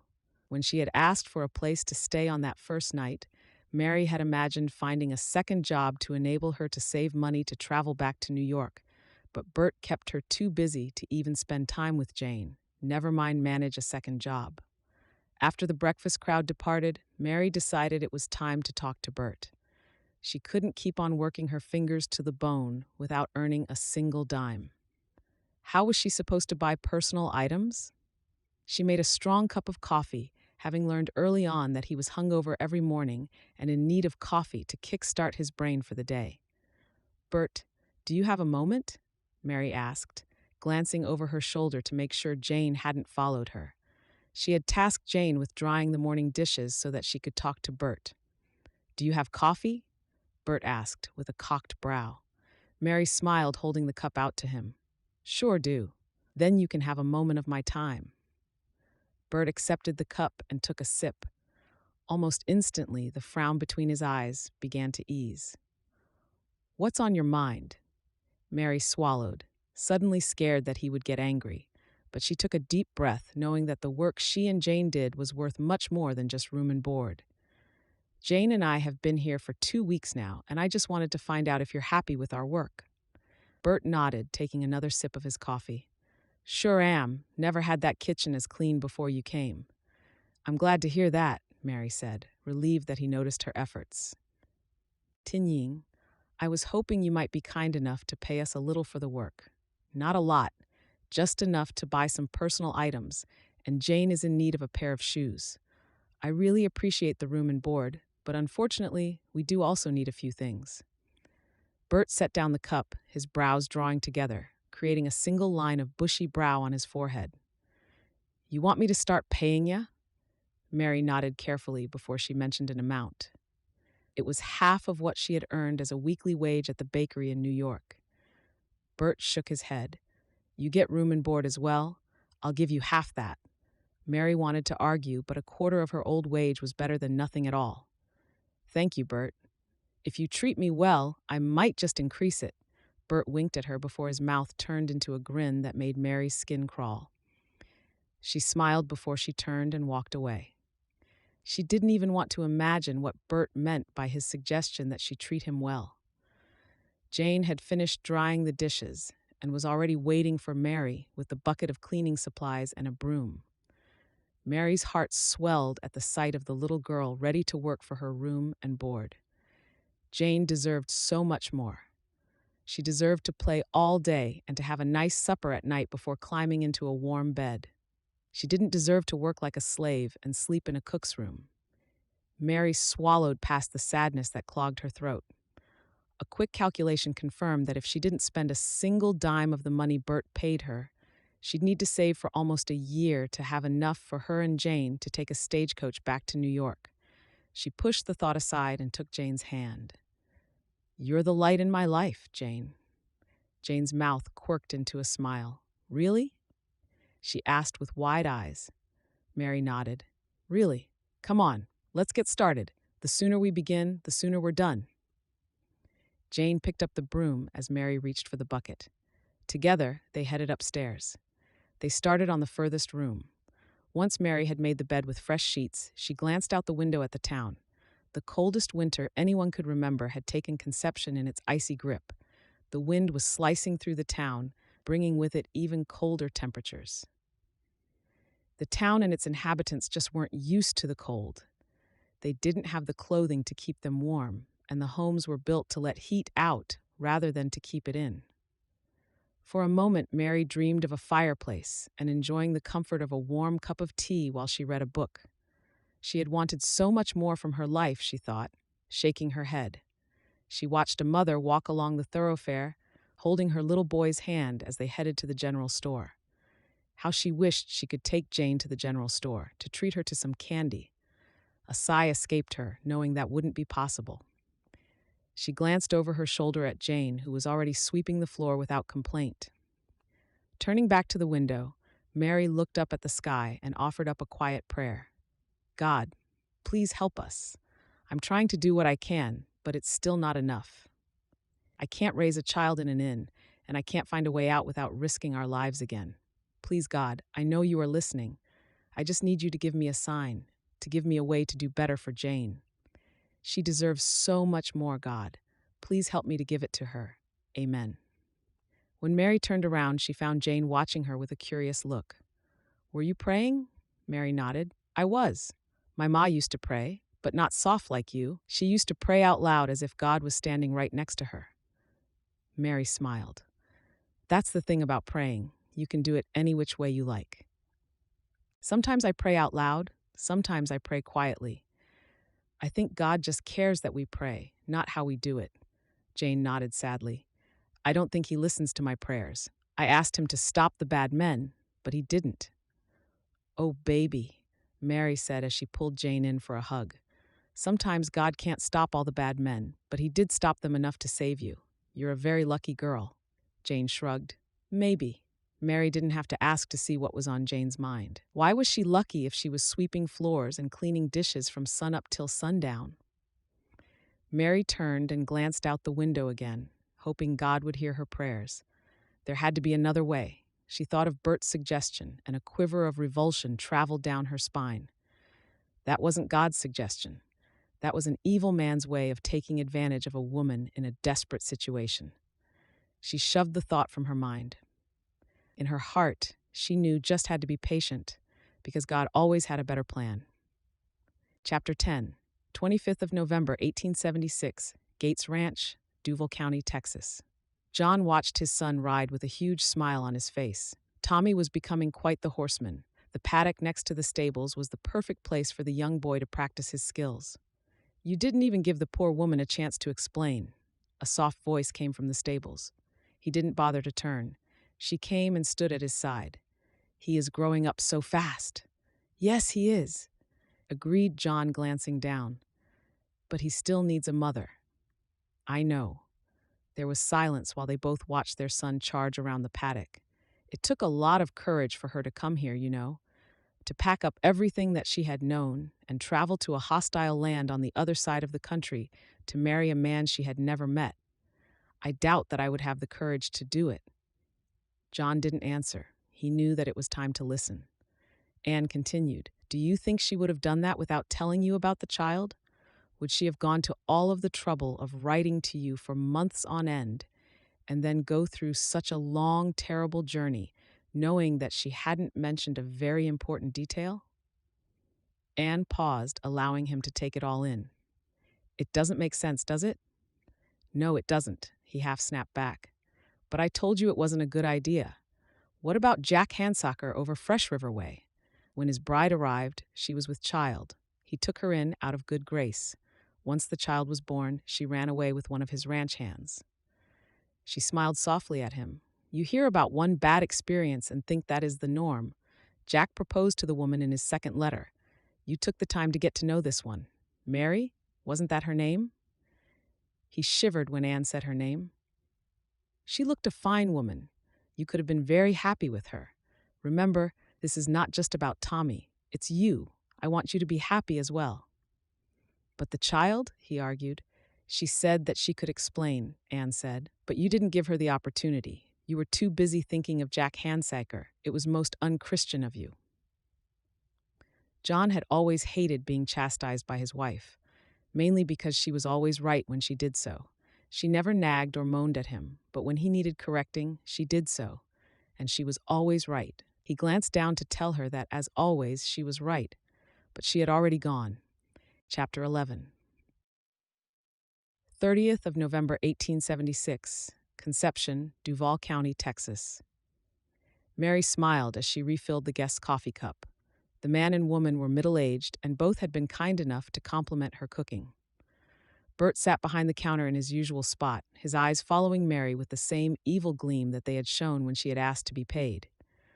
True to his word, he had paid her every Friday since, and she had managed to use the money to buy personal items for herself and Jane. Each time he handed Mary the money, he promised there was more where that came from if only she were a little friendlier. Mary ignored his comments, but it was becoming all the harder to ignore that lascivious look in his eyes. It made her skin crawl and made her realize all the more that she needed to find another place to live and work, for both her own and Jane's sake. After almost a month in conception, Mary had come to know a few of the regular visitors to the inn. The man and his wife that were now enjoying their coffee beside the fireplace in the dining room after a hearty breakfast came by at least once a week. Although Mary didn't pry into people's business, she believed they lived in town. As for finding another job, Bert barely gave Mary an hour to go to the shop on Fridays after receiving her wages, never mind time off to search for another job. Jane still helped with the cleaning, although Mary could see the light slowly begin to fade from her eyes. The child was yearning for a home, for friends, for a life that included more than just serving others. Every night, Mary prayed that God would help her find a way out of the situation they were in. But with every morning came only the same routine of cleaning and cooking. She returned to the kitchen, where Jane was sitting on a crate with her head resting in her hands. "Did you have breakfast?" Jane nodded, barely perceptibly. "Tell you what, why don't you go fetch the empty plates in the dining room for me?" Mary asked, hoping the change of pace would excite Jane a little. Jane stood up and walked out of the kitchen with a tray. She was wearing one of the new dresses Mary had managed to sew from her old ones. Mary had just started brewing a fresh pot of coffee when she heard an almighty crash. Her heart jumped into her throat, knowing that Bert wouldn't react well if Jane had broken the crockery. She rushed into the dining room where Jane was carefully stacking plates on top of each other. A quick glance towards the reception area revealed the source of the noise. Bert had passed out on the counter and had knocked his cup onto the floor. Mary breathed a sigh of relief as she headed to clear it up. When she returned, the man whom she had served coffee to earlier smiled at her. "My dear, you don't look like a cook, if you don't mind my saying so. How'd you come to work for drunken Bert?" Mary quickly glanced at Bert, who was fortunately well and truly unconscious, before shrugging. "He was kind enough to offer me and Jane room and board when we came to town." His wife frowned. "You've been here for a while now?" "A month, ma'am," Mary nodded. "I'm Dr. Samuel Jenkinson, and this here is my wife Louise." The man stood and held out his hand. When Mary glanced at it hesitantly, Dr. Jenkinson chuckled. "Bert's going to be out for at least a couple of hours. Why don't you and the girl come and sit here by the fire and warm up a little?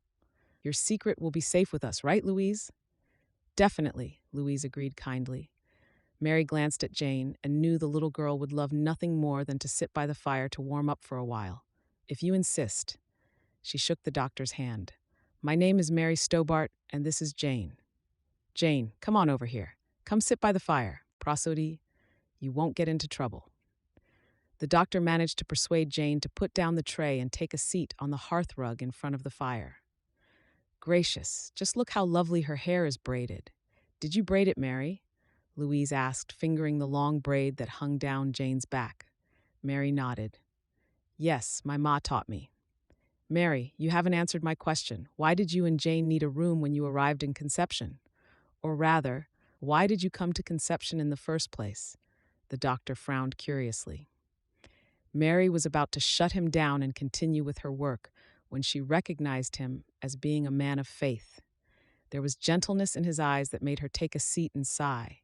She explained about her mother passing and the hard life she had been living in New York before she told them about John and the letters. John? Can't be, you're talking about John Gates? Louise asked, surprised. Mary nodded. I am. I so looked forward to meeting him and Tommy. On my way here, our stagecoach broke a wheel. While heading to the nearest town to have it repaired, we found Jane. Both the doctor and his wife glanced at Jane before turning to Mary with a frown. Found her? The doctor asked, confused. Mary hadn't spoken of it since it happened, and now she took a deep breath. She used big words in the hopes that Jane wouldn't understand and lowered her voice when it came to the part about finding Jane. I couldn't leave her there, alone, surrounded by all of that horror. Of course not, dear, Louise insisted. No need to explain yourself to us. Mary smiled gratefully. If only John had been so kind.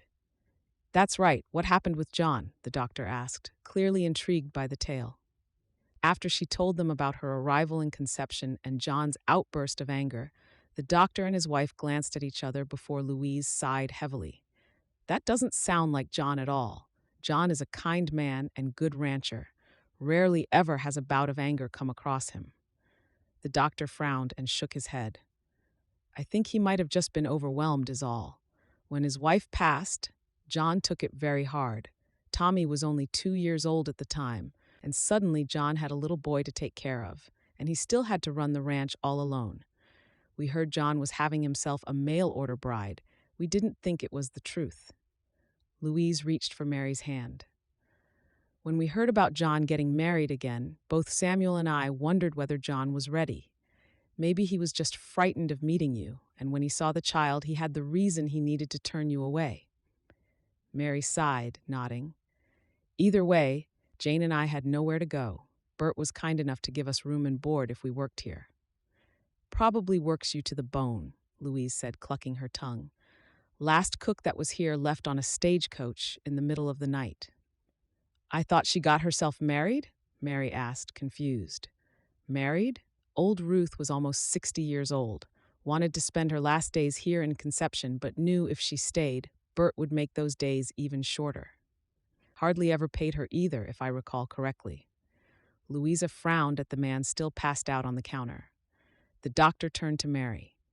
Do you have plans to leave Conception? Mary shook her head. Unfortunately, I don't. With what little wages Bert gives me, it's hard to get by. Never mind save for passage for 2 back to New York. I can't promise you anything, but we'll see how things look in the new year. Perhaps Louise and I can help toward your fare. The doctor smiled kindly, and Mary had to bite back the tears.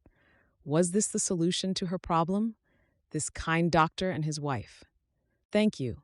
I'd truly appreciate it, but only if it won't cause you any burden, Louise nodded. Of course. Well, we'd better be off. It was so nice meeting you officially, Mary. You cooked the best grits I've ever had. Mary returned Louise's smile. Thank you, Louise. And you, little one, the doctor said, reaching into his pocket. Look what I found here with your name on. He pulled out a piece of candy before handing it to Jane. Jane glanced at Mary for approval. When Mary smiled, she accepted the candy and ate it enthusiastically. Mary, Louise, and the doctor chuckled at the child's eagerness before goodbyes were said. As soon as they left the inn, it tore at Mary's heart to call Jane away from the fireplace, but there was work to be done, and the last thing she wanted was to give Bert a reason to kick them out. Come on, Jane, let's get these dishes done. Jane held her hands up to the fire one last time before she followed Mary into the kitchen. Mary washed the dishes and cleaned the kitchen, feeling all the while that the tables were slowly turning. She wasn't sure how, but she had a feeling that the doctor and his wife would help her find her way back home. If they did, she promised herself that she would pay them back every penny. There was one thing that bothered her, though. Why would John have asked her to come to Conception if he was still mourning his wife? Was Jane then simply the excuse he needed? Mary felt sorry for him. She could understand losing a loved one, but that didn't excuse him for turning her and Jane away. Chapter 12. 6th of December, 1876, Gates Ranch, Duval County, Texas. John couldn't stop the smile that spread across his face as he watched Tommy handle the horse. He was only 5 years old, but his love for horses was just as strong as his mother's had been. Tommy simply had a way with horses, whether it be a colt, a mare, or even a stallion. They simply adored Tommy. After Anne had passed away, John hadn't thought he'd ever see such a thing again, but he could see her in their son. He only wished she was here to witness it, but he knew that in her own way, she was. Tommy waved to him before taking up the reins again. The horse slowly slipped into a trot, and John's heart skipped a beat, even as he held his breath.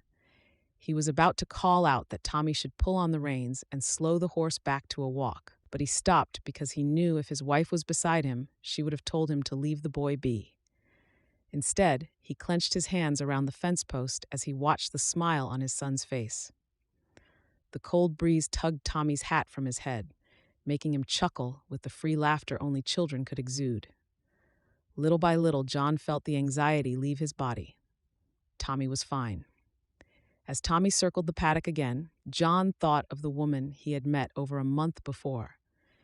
He still couldn't believe she had lied to him about having a child. John was big-hearted enough to admit the child would have given him a reason for hesitation, but if she had been honest from the first letter, he wouldn't have been caught off guard. Guilt had plagued him for a few days after he left them standing in the thoroughfare of conception, but he brushed it off by validating that she had lied. When he had gone into town 2 weeks later, he kept an eye out for her, but she was gone. John refused to feel guilty that she had to journey all the way back to New York. She had brought it upon herself with her deceit. Then the other day, Anne, appearing as she did from time to time to give him a talking to, had brought thoughts of Mary back to mind. Unchristian. It was a harsh thing for Anne to say, but she was right. He had been unchristian. He didn't even give the woman a chance to speak. He just bundled Tommy into the wagon, and he left a poor woman standing in the middle of the town, without even knowing if she had the means to support herself, let alone the slip of a girl in her care. It wasn't the sort of man he was. He knew why he did it. Despite his agreement to find a new bride, he still felt guilt. He still felt he was betraying Anne, and he was looking for any reason to back out of the agreement with Mary. Even though he knew the reasons, it didn't make it any less acceptable. Yet he knew it would be a good thing for this son. Standing at the edge of the paddock, watching Tommy ride, he couldn't help but admit that the boy would have enjoyed having a friend. The girl hadn't looked much older than Tommy, and Mary had simply taken his breath away. When she had mentioned brown hair and green eyes in her letters, she had not told him also that her hair was the color of bark after the rain, or that her eyes were the color of a fresh leaf in the spring. He noticed those things straight away. John let out a sigh and pushed the thoughts of Mary and her daughter aside. He wouldn't ponder on her for another minute. Christmas was only a couple of weeks away, and it would be yet another that he and Tommy would endure alone. But better alone than with a deceiving stranger, John reasoned to himself, trying to forget the doubts that Anne had caused in his mind. He pushed back his hat to watch Tommy at the far end of the paddock. The smile returned to his face when Tommy let go of the reins with his one hand to wave to him. "Look, Pa, I'm a cowboy." Tommy called out. John wasn't sure if it was Tommy's shrill voice or whether the horse had been spooked by something else. But when the horse reared up and sent Tommy flying off, his heart literally stopped as he leaped over the fence. John's legs moved faster than they ever had before as he closed the distance between himself and his son. The horse nickered and turned to look at the boy lying in the snow as if it were apologizing. But all John could hear was Tommy's cries. It was as if history was repeating itself. Didn't it happen right here in the paddock 3 years ago? Anne had been the best horsewoman he'd ever encountered, and when the stallion had flung her over the fence, John had been ready to tease her. Only she was gone by the time he reached her. His breath came in ragged gasps, his heart racing as he approached his son. "Please, God, don't take Tommy," John pleaded. He crouched beside Tommy, brushing the hair from his son's eyes. "Where does it hurt?" A brief wave of relief washed over him. At least his son was breathing and complaining, unlike his wife who had been just as still as a log. Tommy clutched his arm. "My arm, Pa, my arm hurts." John carefully reached for his son's arm. It dangled in an odd way, clearly broken. John shook his head, knowing that it was crucial he get Tommy to Dr. Jenkinson as soon as possible to have it set if he was going to ensure his son's continued use of his arm. He scooped Tommy up and rushed for the barn. After settling Tommy in the wagon, he hitched the horse, and within minutes they were heading for Conception at a brisk trot. Tommy complained as the wagon bounced and rocked, but John didn't slow the horse down in the slightest. He reached town, and without checking left or right, he headed directly for the doctor's house on the far side of town. As soon as the horse came to a stop, he scooped Tommy up and ran for the door, already calling for the doctor. By the time he reached the door, the doctor's wife had already opened. "Where's the doc? Tommy fell off the horse." Louise's eyes widened. "Samuel, come quick. It's John Gates. Tommy fell off a horse." Dr. Jenkinson came out of a room wiping his hands on his trousers. John didn't care what he had interrupted. He cared only that the doctor took care of Tommy's arm. John waited anxiously while the doctor assessed Tommy's injuries. When he finally turned to John with a hint of a smile, John finally let go of the breath he didn't even know he had been holding. "It's a clean break, John. I'll splint the arm and tie it up good. It'll fix in a month or two. Best keep him off the horses until then." John nodded gratefully. "Thank you, Doc. It's my job. I'll have him wrapped up in no time. Louise, bring me the splints." Louise returned after affording them some privacy, holding 2 splints and clean bandages. She handed them to the doctor before she turned to John. "I can imagine your fright. It's the way your wife went, isn't it?" John nodded, trying not to think of what had happened to his wife. The doctor began bandaging Tommy's arm as he spoke. "We met the other one a few days ago, didn't we, Louise?" Louise frowned before she nodded. "That's right, we did." "What other one?" John asked, confused. "The wife you had come by mail, or rather stagecoach," the doctor added before glancing at John. When John's eyes widened, the doctor continued. "Right sad story, isn't it, Louise? What that woman had to suffer through and now to be working for Bert." John didn't want to be interested in Mary's welfare, but he couldn't seem to help himself. "Suffer through?" he asked. Louise sighed, shaking her head. "It's dreadful. That poor woman spending more than a week on a stagecoach and then happening upon that horrifying massacre."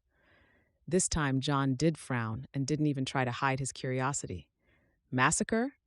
They came across 4 stagecoaches that had been robbed, either highwaymen or gangsters. Every single person murdered. Everything taken. Louise sighed before she wiped a tear from her eye. That's when Mary heard the cry. "That's right." The doctor continued when his wife became too emotional.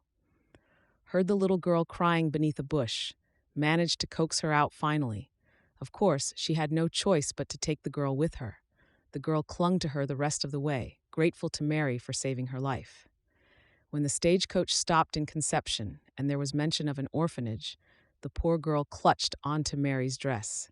She couldn't send the girl away after already caring for her. Could she? "The girl isn't hers?" John asked as the information began to make sense. "She saved her on her way to Conception?" "That's right," the doctor said. "Wouldn't say so, though. They look mighty related, but you can still see the fear in the girl's eyes. To see your parents murdered like that?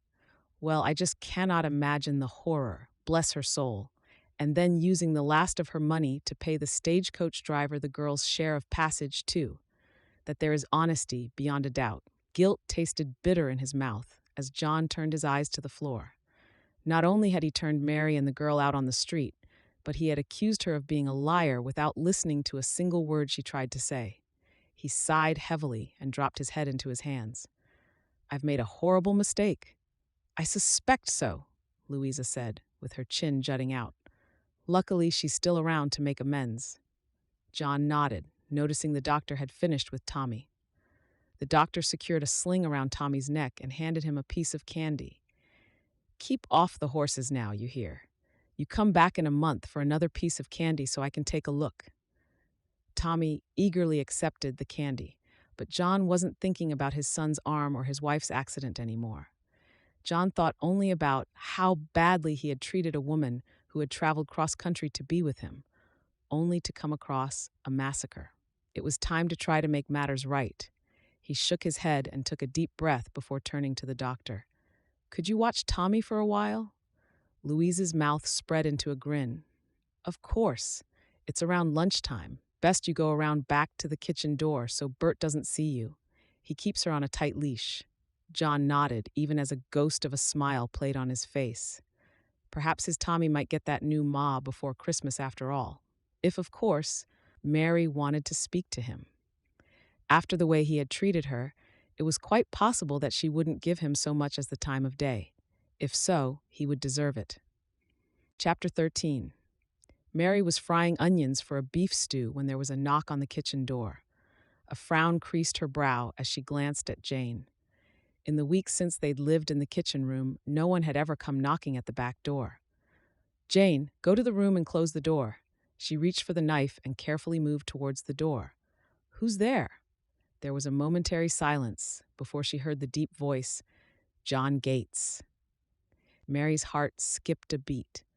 The last thing she needed was for John Gates to cause trouble between her and Bert. She considered telling him to leave through the closed door when she heard Bert's voice coming from across the dining room. She opened the back door quietly. "What is it?" she whispered fiercely, knife still in hand. John held up his hands and took a step back. "I just wanted a moment to talk."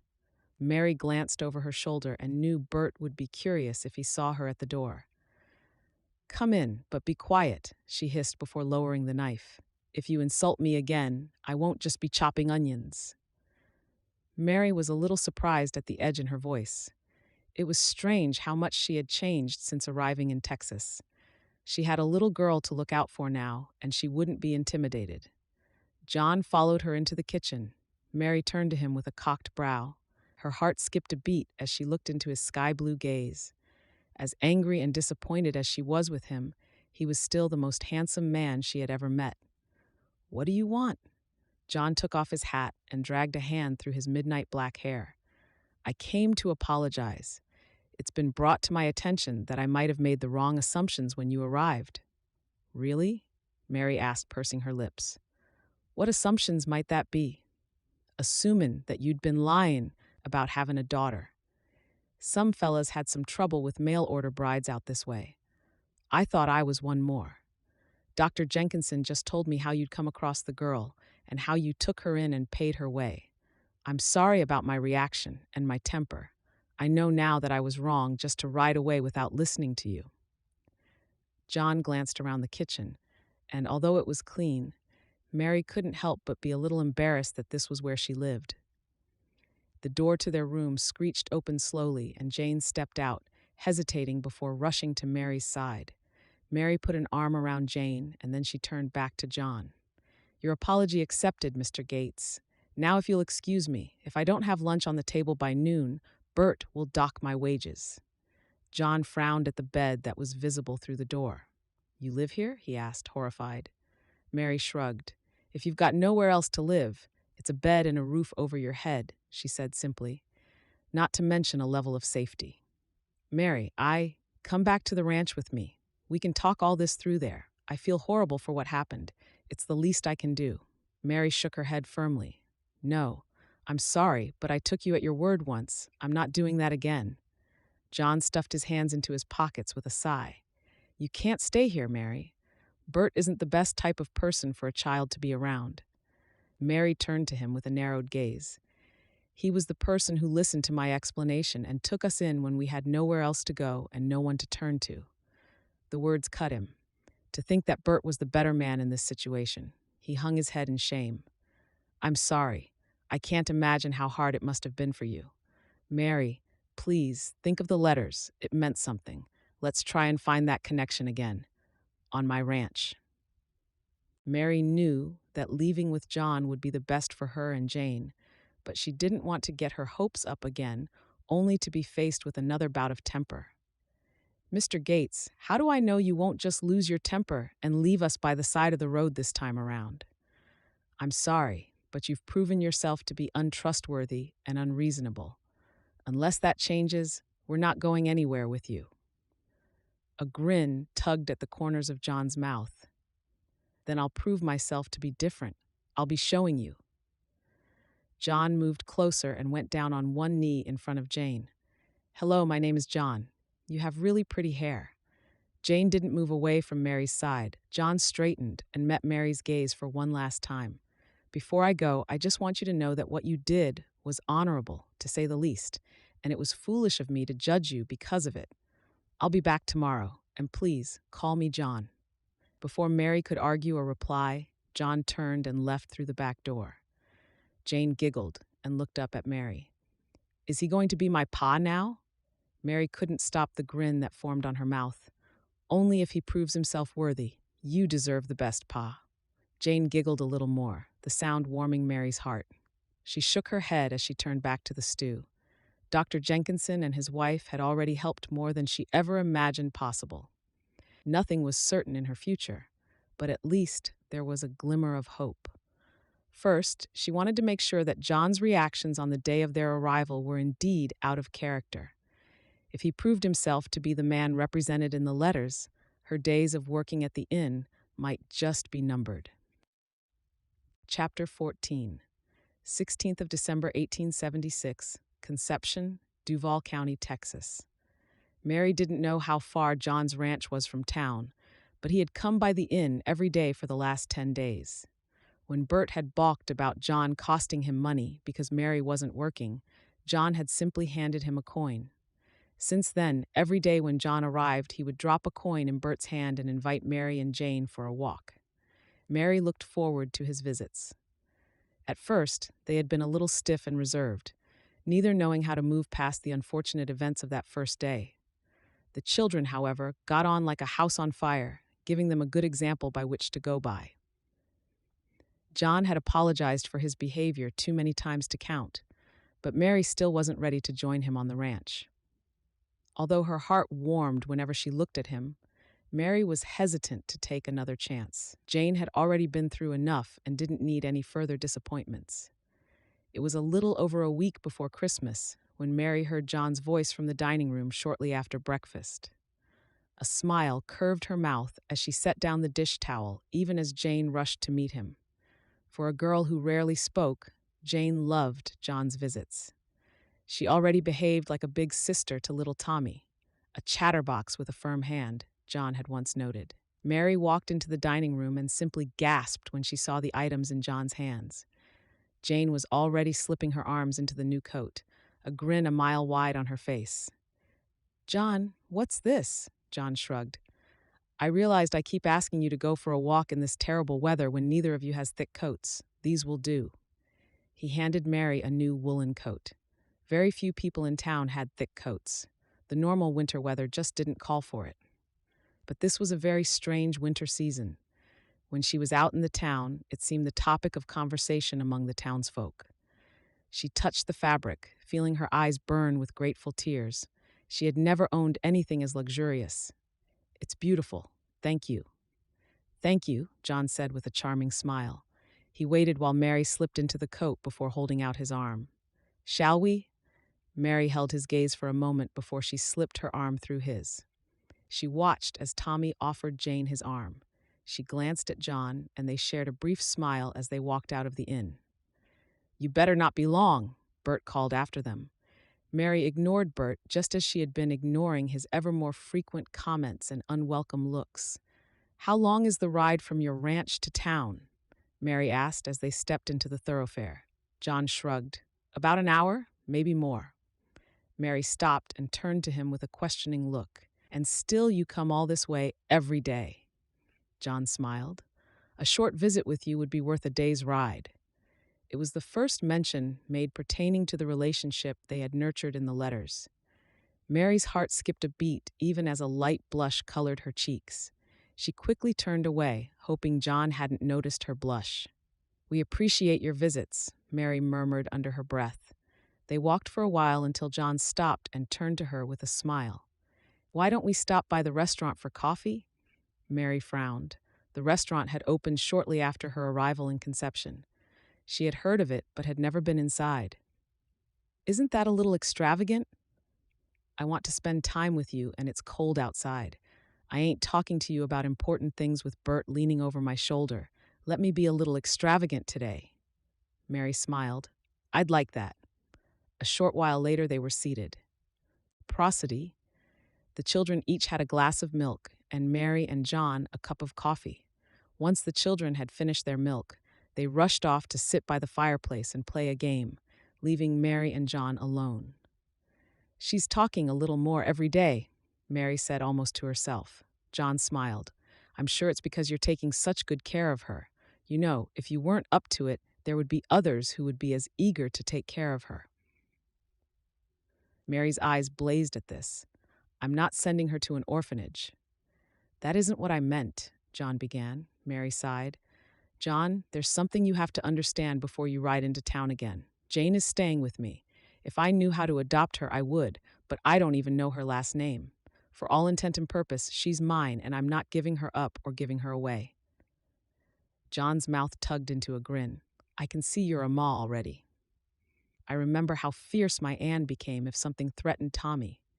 Mary nodded. Exactly.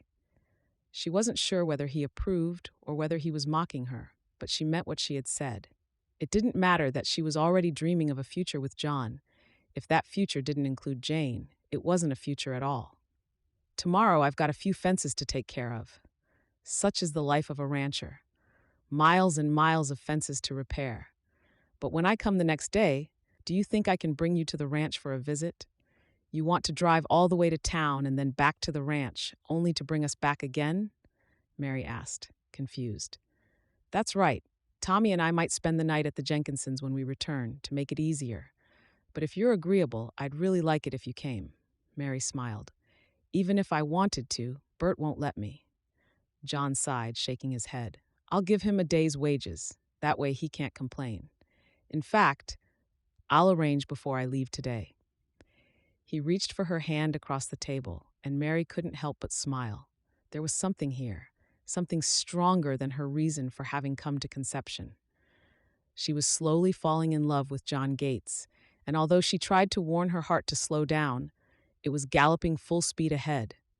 I'd appreciate that. John returned her smile, and Mary wondered how long it would take for her to trust him enough to stay on the ranch. She was more than eager to leave the inn and Bert, but to do that, she needed to be sure.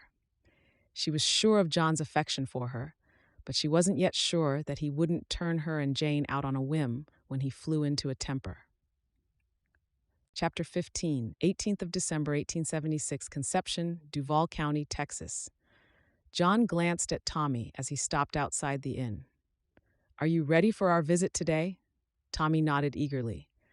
I'm going to show Jane my horse. John chuckled, shaking his head. With Tommy, everything was about horses. Just don't try to get Jane to ride. She doesn't know how. Tommy looked shocked at the revelation. He thought everyone knew how to ride a horse.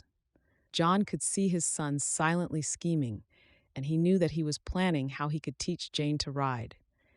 He glanced up and down the thoroughfare, noticing how busy it was. Only a week before Christmas, everyone was getting in their Christmas shopping. Life on a ranch wasn't suited to everyone. Some women hated the dust and the hard work involved in living off the land. He knew Mary wouldn't mind the hard work, but he wanted to find out what she thought of his ranch. Just as he and Tommy were about to climb off the wagon, Mary and Jane walked out of the inn. Mary wore a dress he hadn't seen before. Jane's face was scrubbed clean and her hair beautifully braided. Glancing at the two, John's mouth quirked up. He could understand why Mary wouldn't consider finding another home for Jane. Although they didn't know it, they were already as much mother and daughter as he and Tommy were father and son. Well, howdy, ma'am. Care for a ride? John asked, tipping his hat, making Mary smile. Mary glanced at Jane. Shall we go for a ride with these two fine gentlemen? Jane giggled shyly before she nodded. John jumped off the wagon and lifted Jane, teasing a few laughs from her as he set her down in the back with Tommy. He turned and offered Mary his hand. Her hand was small in his, delicate against his rough work hands. Thank you for coming today. Mary smiled and glanced at him from underneath her lashes. You paid for the privilege. John didn't mind the few dimes he had to pay Bert to give Mary the day off. Mary was worth double that. It had been a few rough years when he first started the cattle ranch just a few miles from Conception, but the last few years had been blessed. His herd was one of the biggest in the county, and for the first time in his life, John didn't have to worry about how to come by his next meal. He wasn't extravagant in his purchases any more than he had been when times were tough, but it was nice to know that he could now afford what he never could before. He took the reins, and they set off to the ranch. While they rode, Mary asked him about the weather and the land. John fielded her questions, realizing he was more comfortable with Mary beside him than he thought he would be. Ever since he had started visiting her 2 weeks ago, the grief that had hung over him like a dark cloud since his wife's passing had started to recede. He would always cherish the time they had together, and he would always see her in Tommy, but John was finally ready to admit that Anne was in his past. If he was lucky, Mary would be in his future. When he had placed the advertisement in the Matrimonial Times, John had never dreamed of finding love again, only a companion. But the better acquainted he and Mary became, the more he realized he wanted love again. Slowly but surely, she had found a small crack in his hardened heart with her soft voice and tender smile. It was hard for John to admit that he was falling in love again, but when he turned to glance at Mary and his heart swelled in his chest, he knew that was exactly what was happening. They arrived at the ranch late that morning. The young steers were in the paddock beside the house, and the horses were in the paddock by the barn. For the first time, John tried to look at his ranch through another's eyes. He had never cared what other people thought of his home, but as he pulled on the reins to see Mary's expression, he realized he cared more than he imagined. "John, this is simply beautiful," Mary said with a broad smile. John glanced at the well-kept fences and the sturdy 3-bedroom ranch house and smiled proudly. "I'm glad you like it. I try to keep my hand on everything, but sometimes things break faster than you can fix them." He glanced at the broken porch railing and shrugged. Mary shook her head.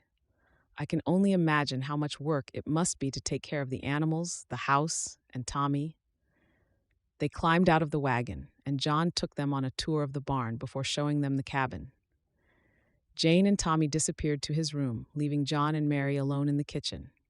John quickly looked around to make sure he had not forgotten a dirty cup or dish before he left. Without a word, Mary moved towards the window and looked out. Standing by the window with the sun in her hair, John felt his heart expand. She looked right inside his home, and it felt right to have her there. John cleared his throat, and Mary turned to him with a smile. "It must be amazing to live here." John nodded as he moved towards her. He carefully brushed a strand of hair from her eyes before looking into her warm chocolate gaze. "I never thought it would feel right to have anyone here again. This place was ours. We built it together." He trailed off, searching for the right words. "But it feels right having you here, Mary." Mary's gaze softened as her hand tenderly brushed over his cheek. "It feels right to be here, John. Stay." The word was barely more than a whisper, surprising John even more than it surprised Mary. She smiled and shook her head. "Soon perhaps, but not today."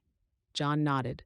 Mary was right. There was no use in rushing things between them. It was too important to rush. "Would you like some tea or coffee?" Mary's eyes widened. "You have tea?" "I do. I'll treat you to a cup." John walked into the kitchen and set the kettle on the stove. "She is a fine woman," a soft voice came from behind him. "Yes, she is," John agreed without turning to look at Anne. "She will be good for Tommy. Look at the way she cares for the little girl." "I know."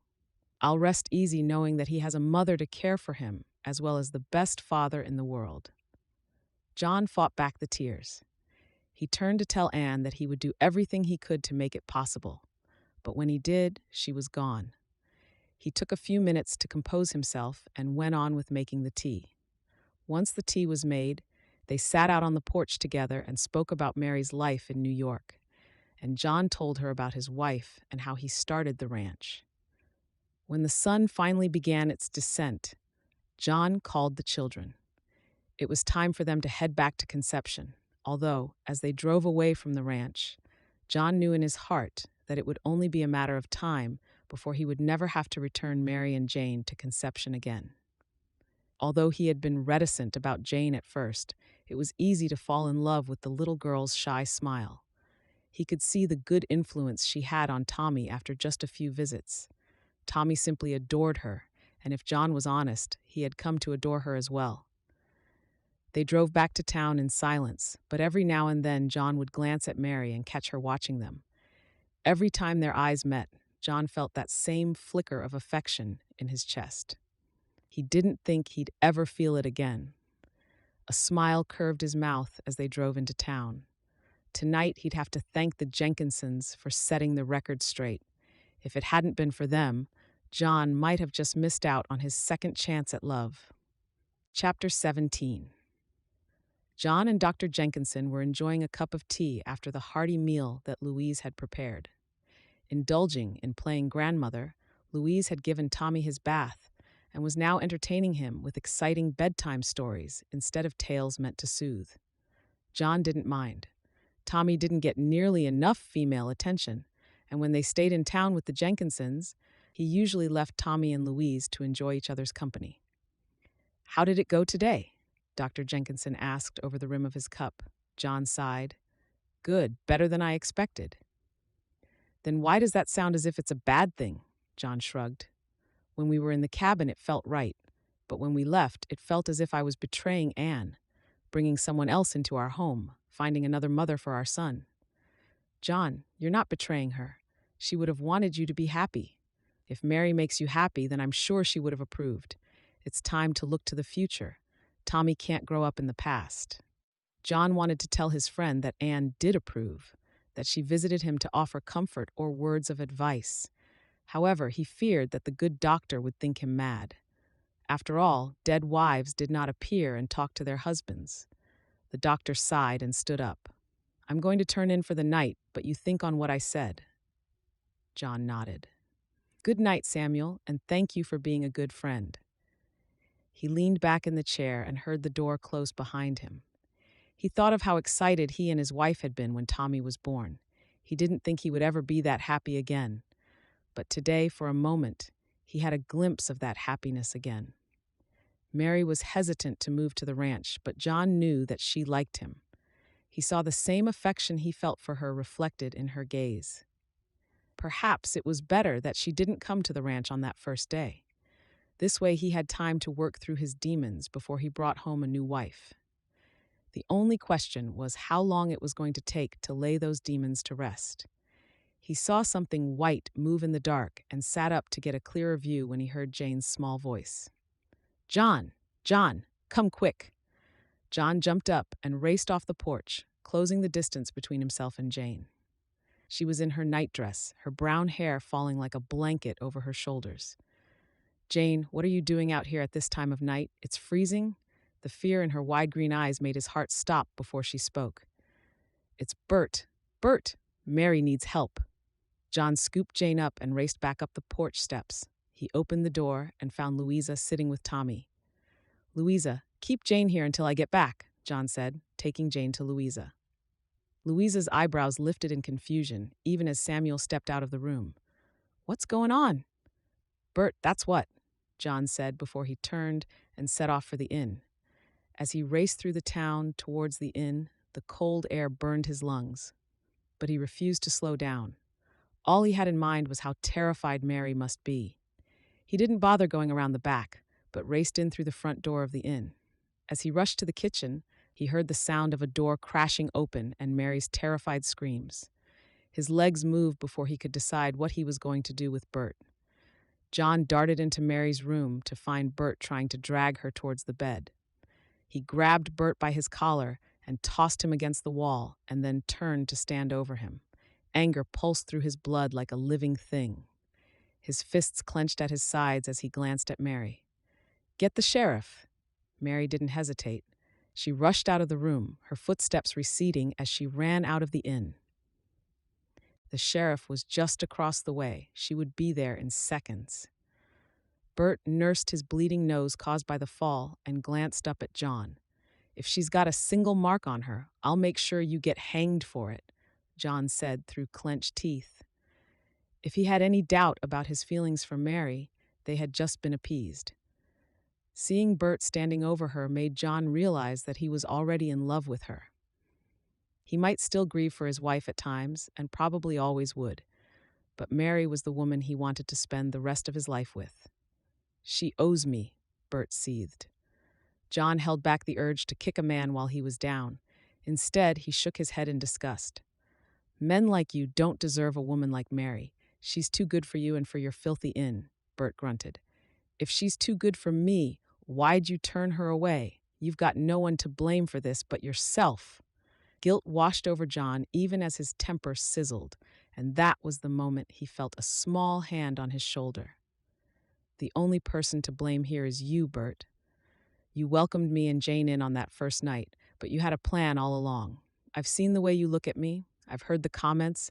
You were a wolf disguised in sheep's clothing, so don't go saying this was John's fault. At least John was honest from the start. John turned to Mary, fascination and love in his gaze. Mary glanced at him with wide eyes, without a single ounce of blame. The sheriff stepped forward with a heavy sigh. Again, Bert, this time I ain't going to turn a blind eye. When that young Irish girl left town with that money you paid her off with, you said you'd learned your lesson. Mary's eyes flew to the sheriff.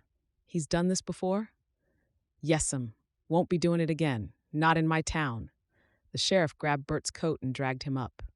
I've got a nice cage you can sleep off your drink in. Ma'am, would you be so kind as to follow us to the jail to relay the facts? Mary nodded. John watched as the sheriff half-dragged Bert from the room and out through the back door of the kitchen before he turned to Mary. Without saying a word, he stepped forward and pulled her into his embrace.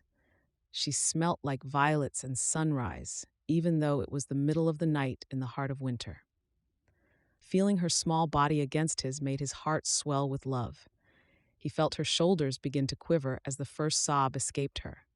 He held her, letting her cry until the sobs finally dissipated.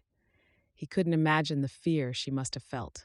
When she was finally ready, she stood back and wiped her eyes. Best get over to the jail and get this done with. John couldn't help but admire her strength. Even while writing to each other, he had known she was a woman of substance, but to know what she had witnessed and endured since leaving New York only made him admire her even more. Let's get this done with. When it's over, I have a few things to say. Mary's eyes widened, but John just smiled. When it's done with. Bert kicked up a racket in the cell. He wailed about it being the drink before he cursed and cussed Mary for teasing him. When John finally had enough, he stood up and walked over to the cell and asked the sheriff for the key. That had Bert quiet as a mouse as he crawled into a corner. John held Mary's hand as she explained what had happened and how she had told Jane to fetch John to help. By the time she was done, it was already long past midnight. They walked through the quiet streets of Conception, hand in hand, to the doctor's house. Neither said a word, but John knew that before the sun rose in the east, he would have plenty to say. Tommy had succumbed to sleep, but Jane sat wide-eyed beside Louise when they walked into the house. Jane called out and rushed straight into Mary's arms. Both Mary and Jane cried softly as they clung to each other. John couldn't help but feel a little tearful knowing it was the first time Jane had called Mary Ma. He gave them a moment to themselves as he explained to Samuel and Louisa all that had happened. I best get her home, Mary said when they finally let go of each other. Nonsense. It's wretched outside and it's the middle of the night. She can sleep with Tommy on the bed over there. I take it you're too riled to sleep anyhow, so you might as well have some coffee and wind down. Besides, we've got more than enough beds for all of you. Don't think you're eager to get back to the inn, are you? Mary glanced at John, who smiled at her with a shrug. When Louisa had a plan, no one had a choice but to fall in line. Coffee would be nice. While Louisa made the coffee, while Mary put Jane to bed. It didn't take long before Jane was fast asleep. Here you go. Louisa held out 2 cups of coffee. John frowned. Where's yours? Louisa pretended to yawn. Samuel and I are simply too fatigued to talk another word. Best go sit out on the porch before you wake them young uns. Mary, you can sleep in that room. John, you know where your room is. Before Mary or John could argue or insist, Louisa turned and followed Samuel into their room. John shook his head with a smile as he turned to Mary. Guess we're on our own. They headed outside to sit on the porch. It was cold, but with the warm mug of coffee in their hands and thick coats, they watched as the dark turned to dawn. "You had some things you wanted to say?" Mary asked hesitantly after a while. John nodded and reached for her hand. "I've made so many mistakes since we met. I don't know where to start. But what I do know is that I've fallen in love with you. I know when I invited you to conception, it was on the grounds of being partners, that I simply wanted a woman to act as a mother for Tommy. But I don't want that anymore. I want a wife I can cherish and love, and sometimes even anger," he added with a grin. "I know I was hesitant about taking on Jane, but you belong together. When she rushed into your arms earlier, it was clear to see the love between you. I don't come on my own either. I have Tommy." Mary's mouth tilted into a smile. "And I have Jane." John smiled as he stood up and kneeled before her. "Together we can have a family. Will you marry me, Mary?" Mary laughed softly as she framed his stubbled cheeks with her hands. "John Gates, I can't wait to have a family with you. Maybe even one or two more of our own." "I'd like that very much, ma'am." John looked into Mary's eyes and realized that the future didn't hold anything to fear, only new beginnings and a life filled with love. Chapter 18.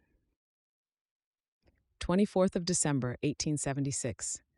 Gates Ranch, Duval County, Texas. Mary leaned back in the tub, closing her eyes as the hot water soothed her body. She could hear John's voice in the living room, and a smile curved her mouth. Never had she thought she would meet a man that she loved more than life itself. John was everything she dreamed he would be and more.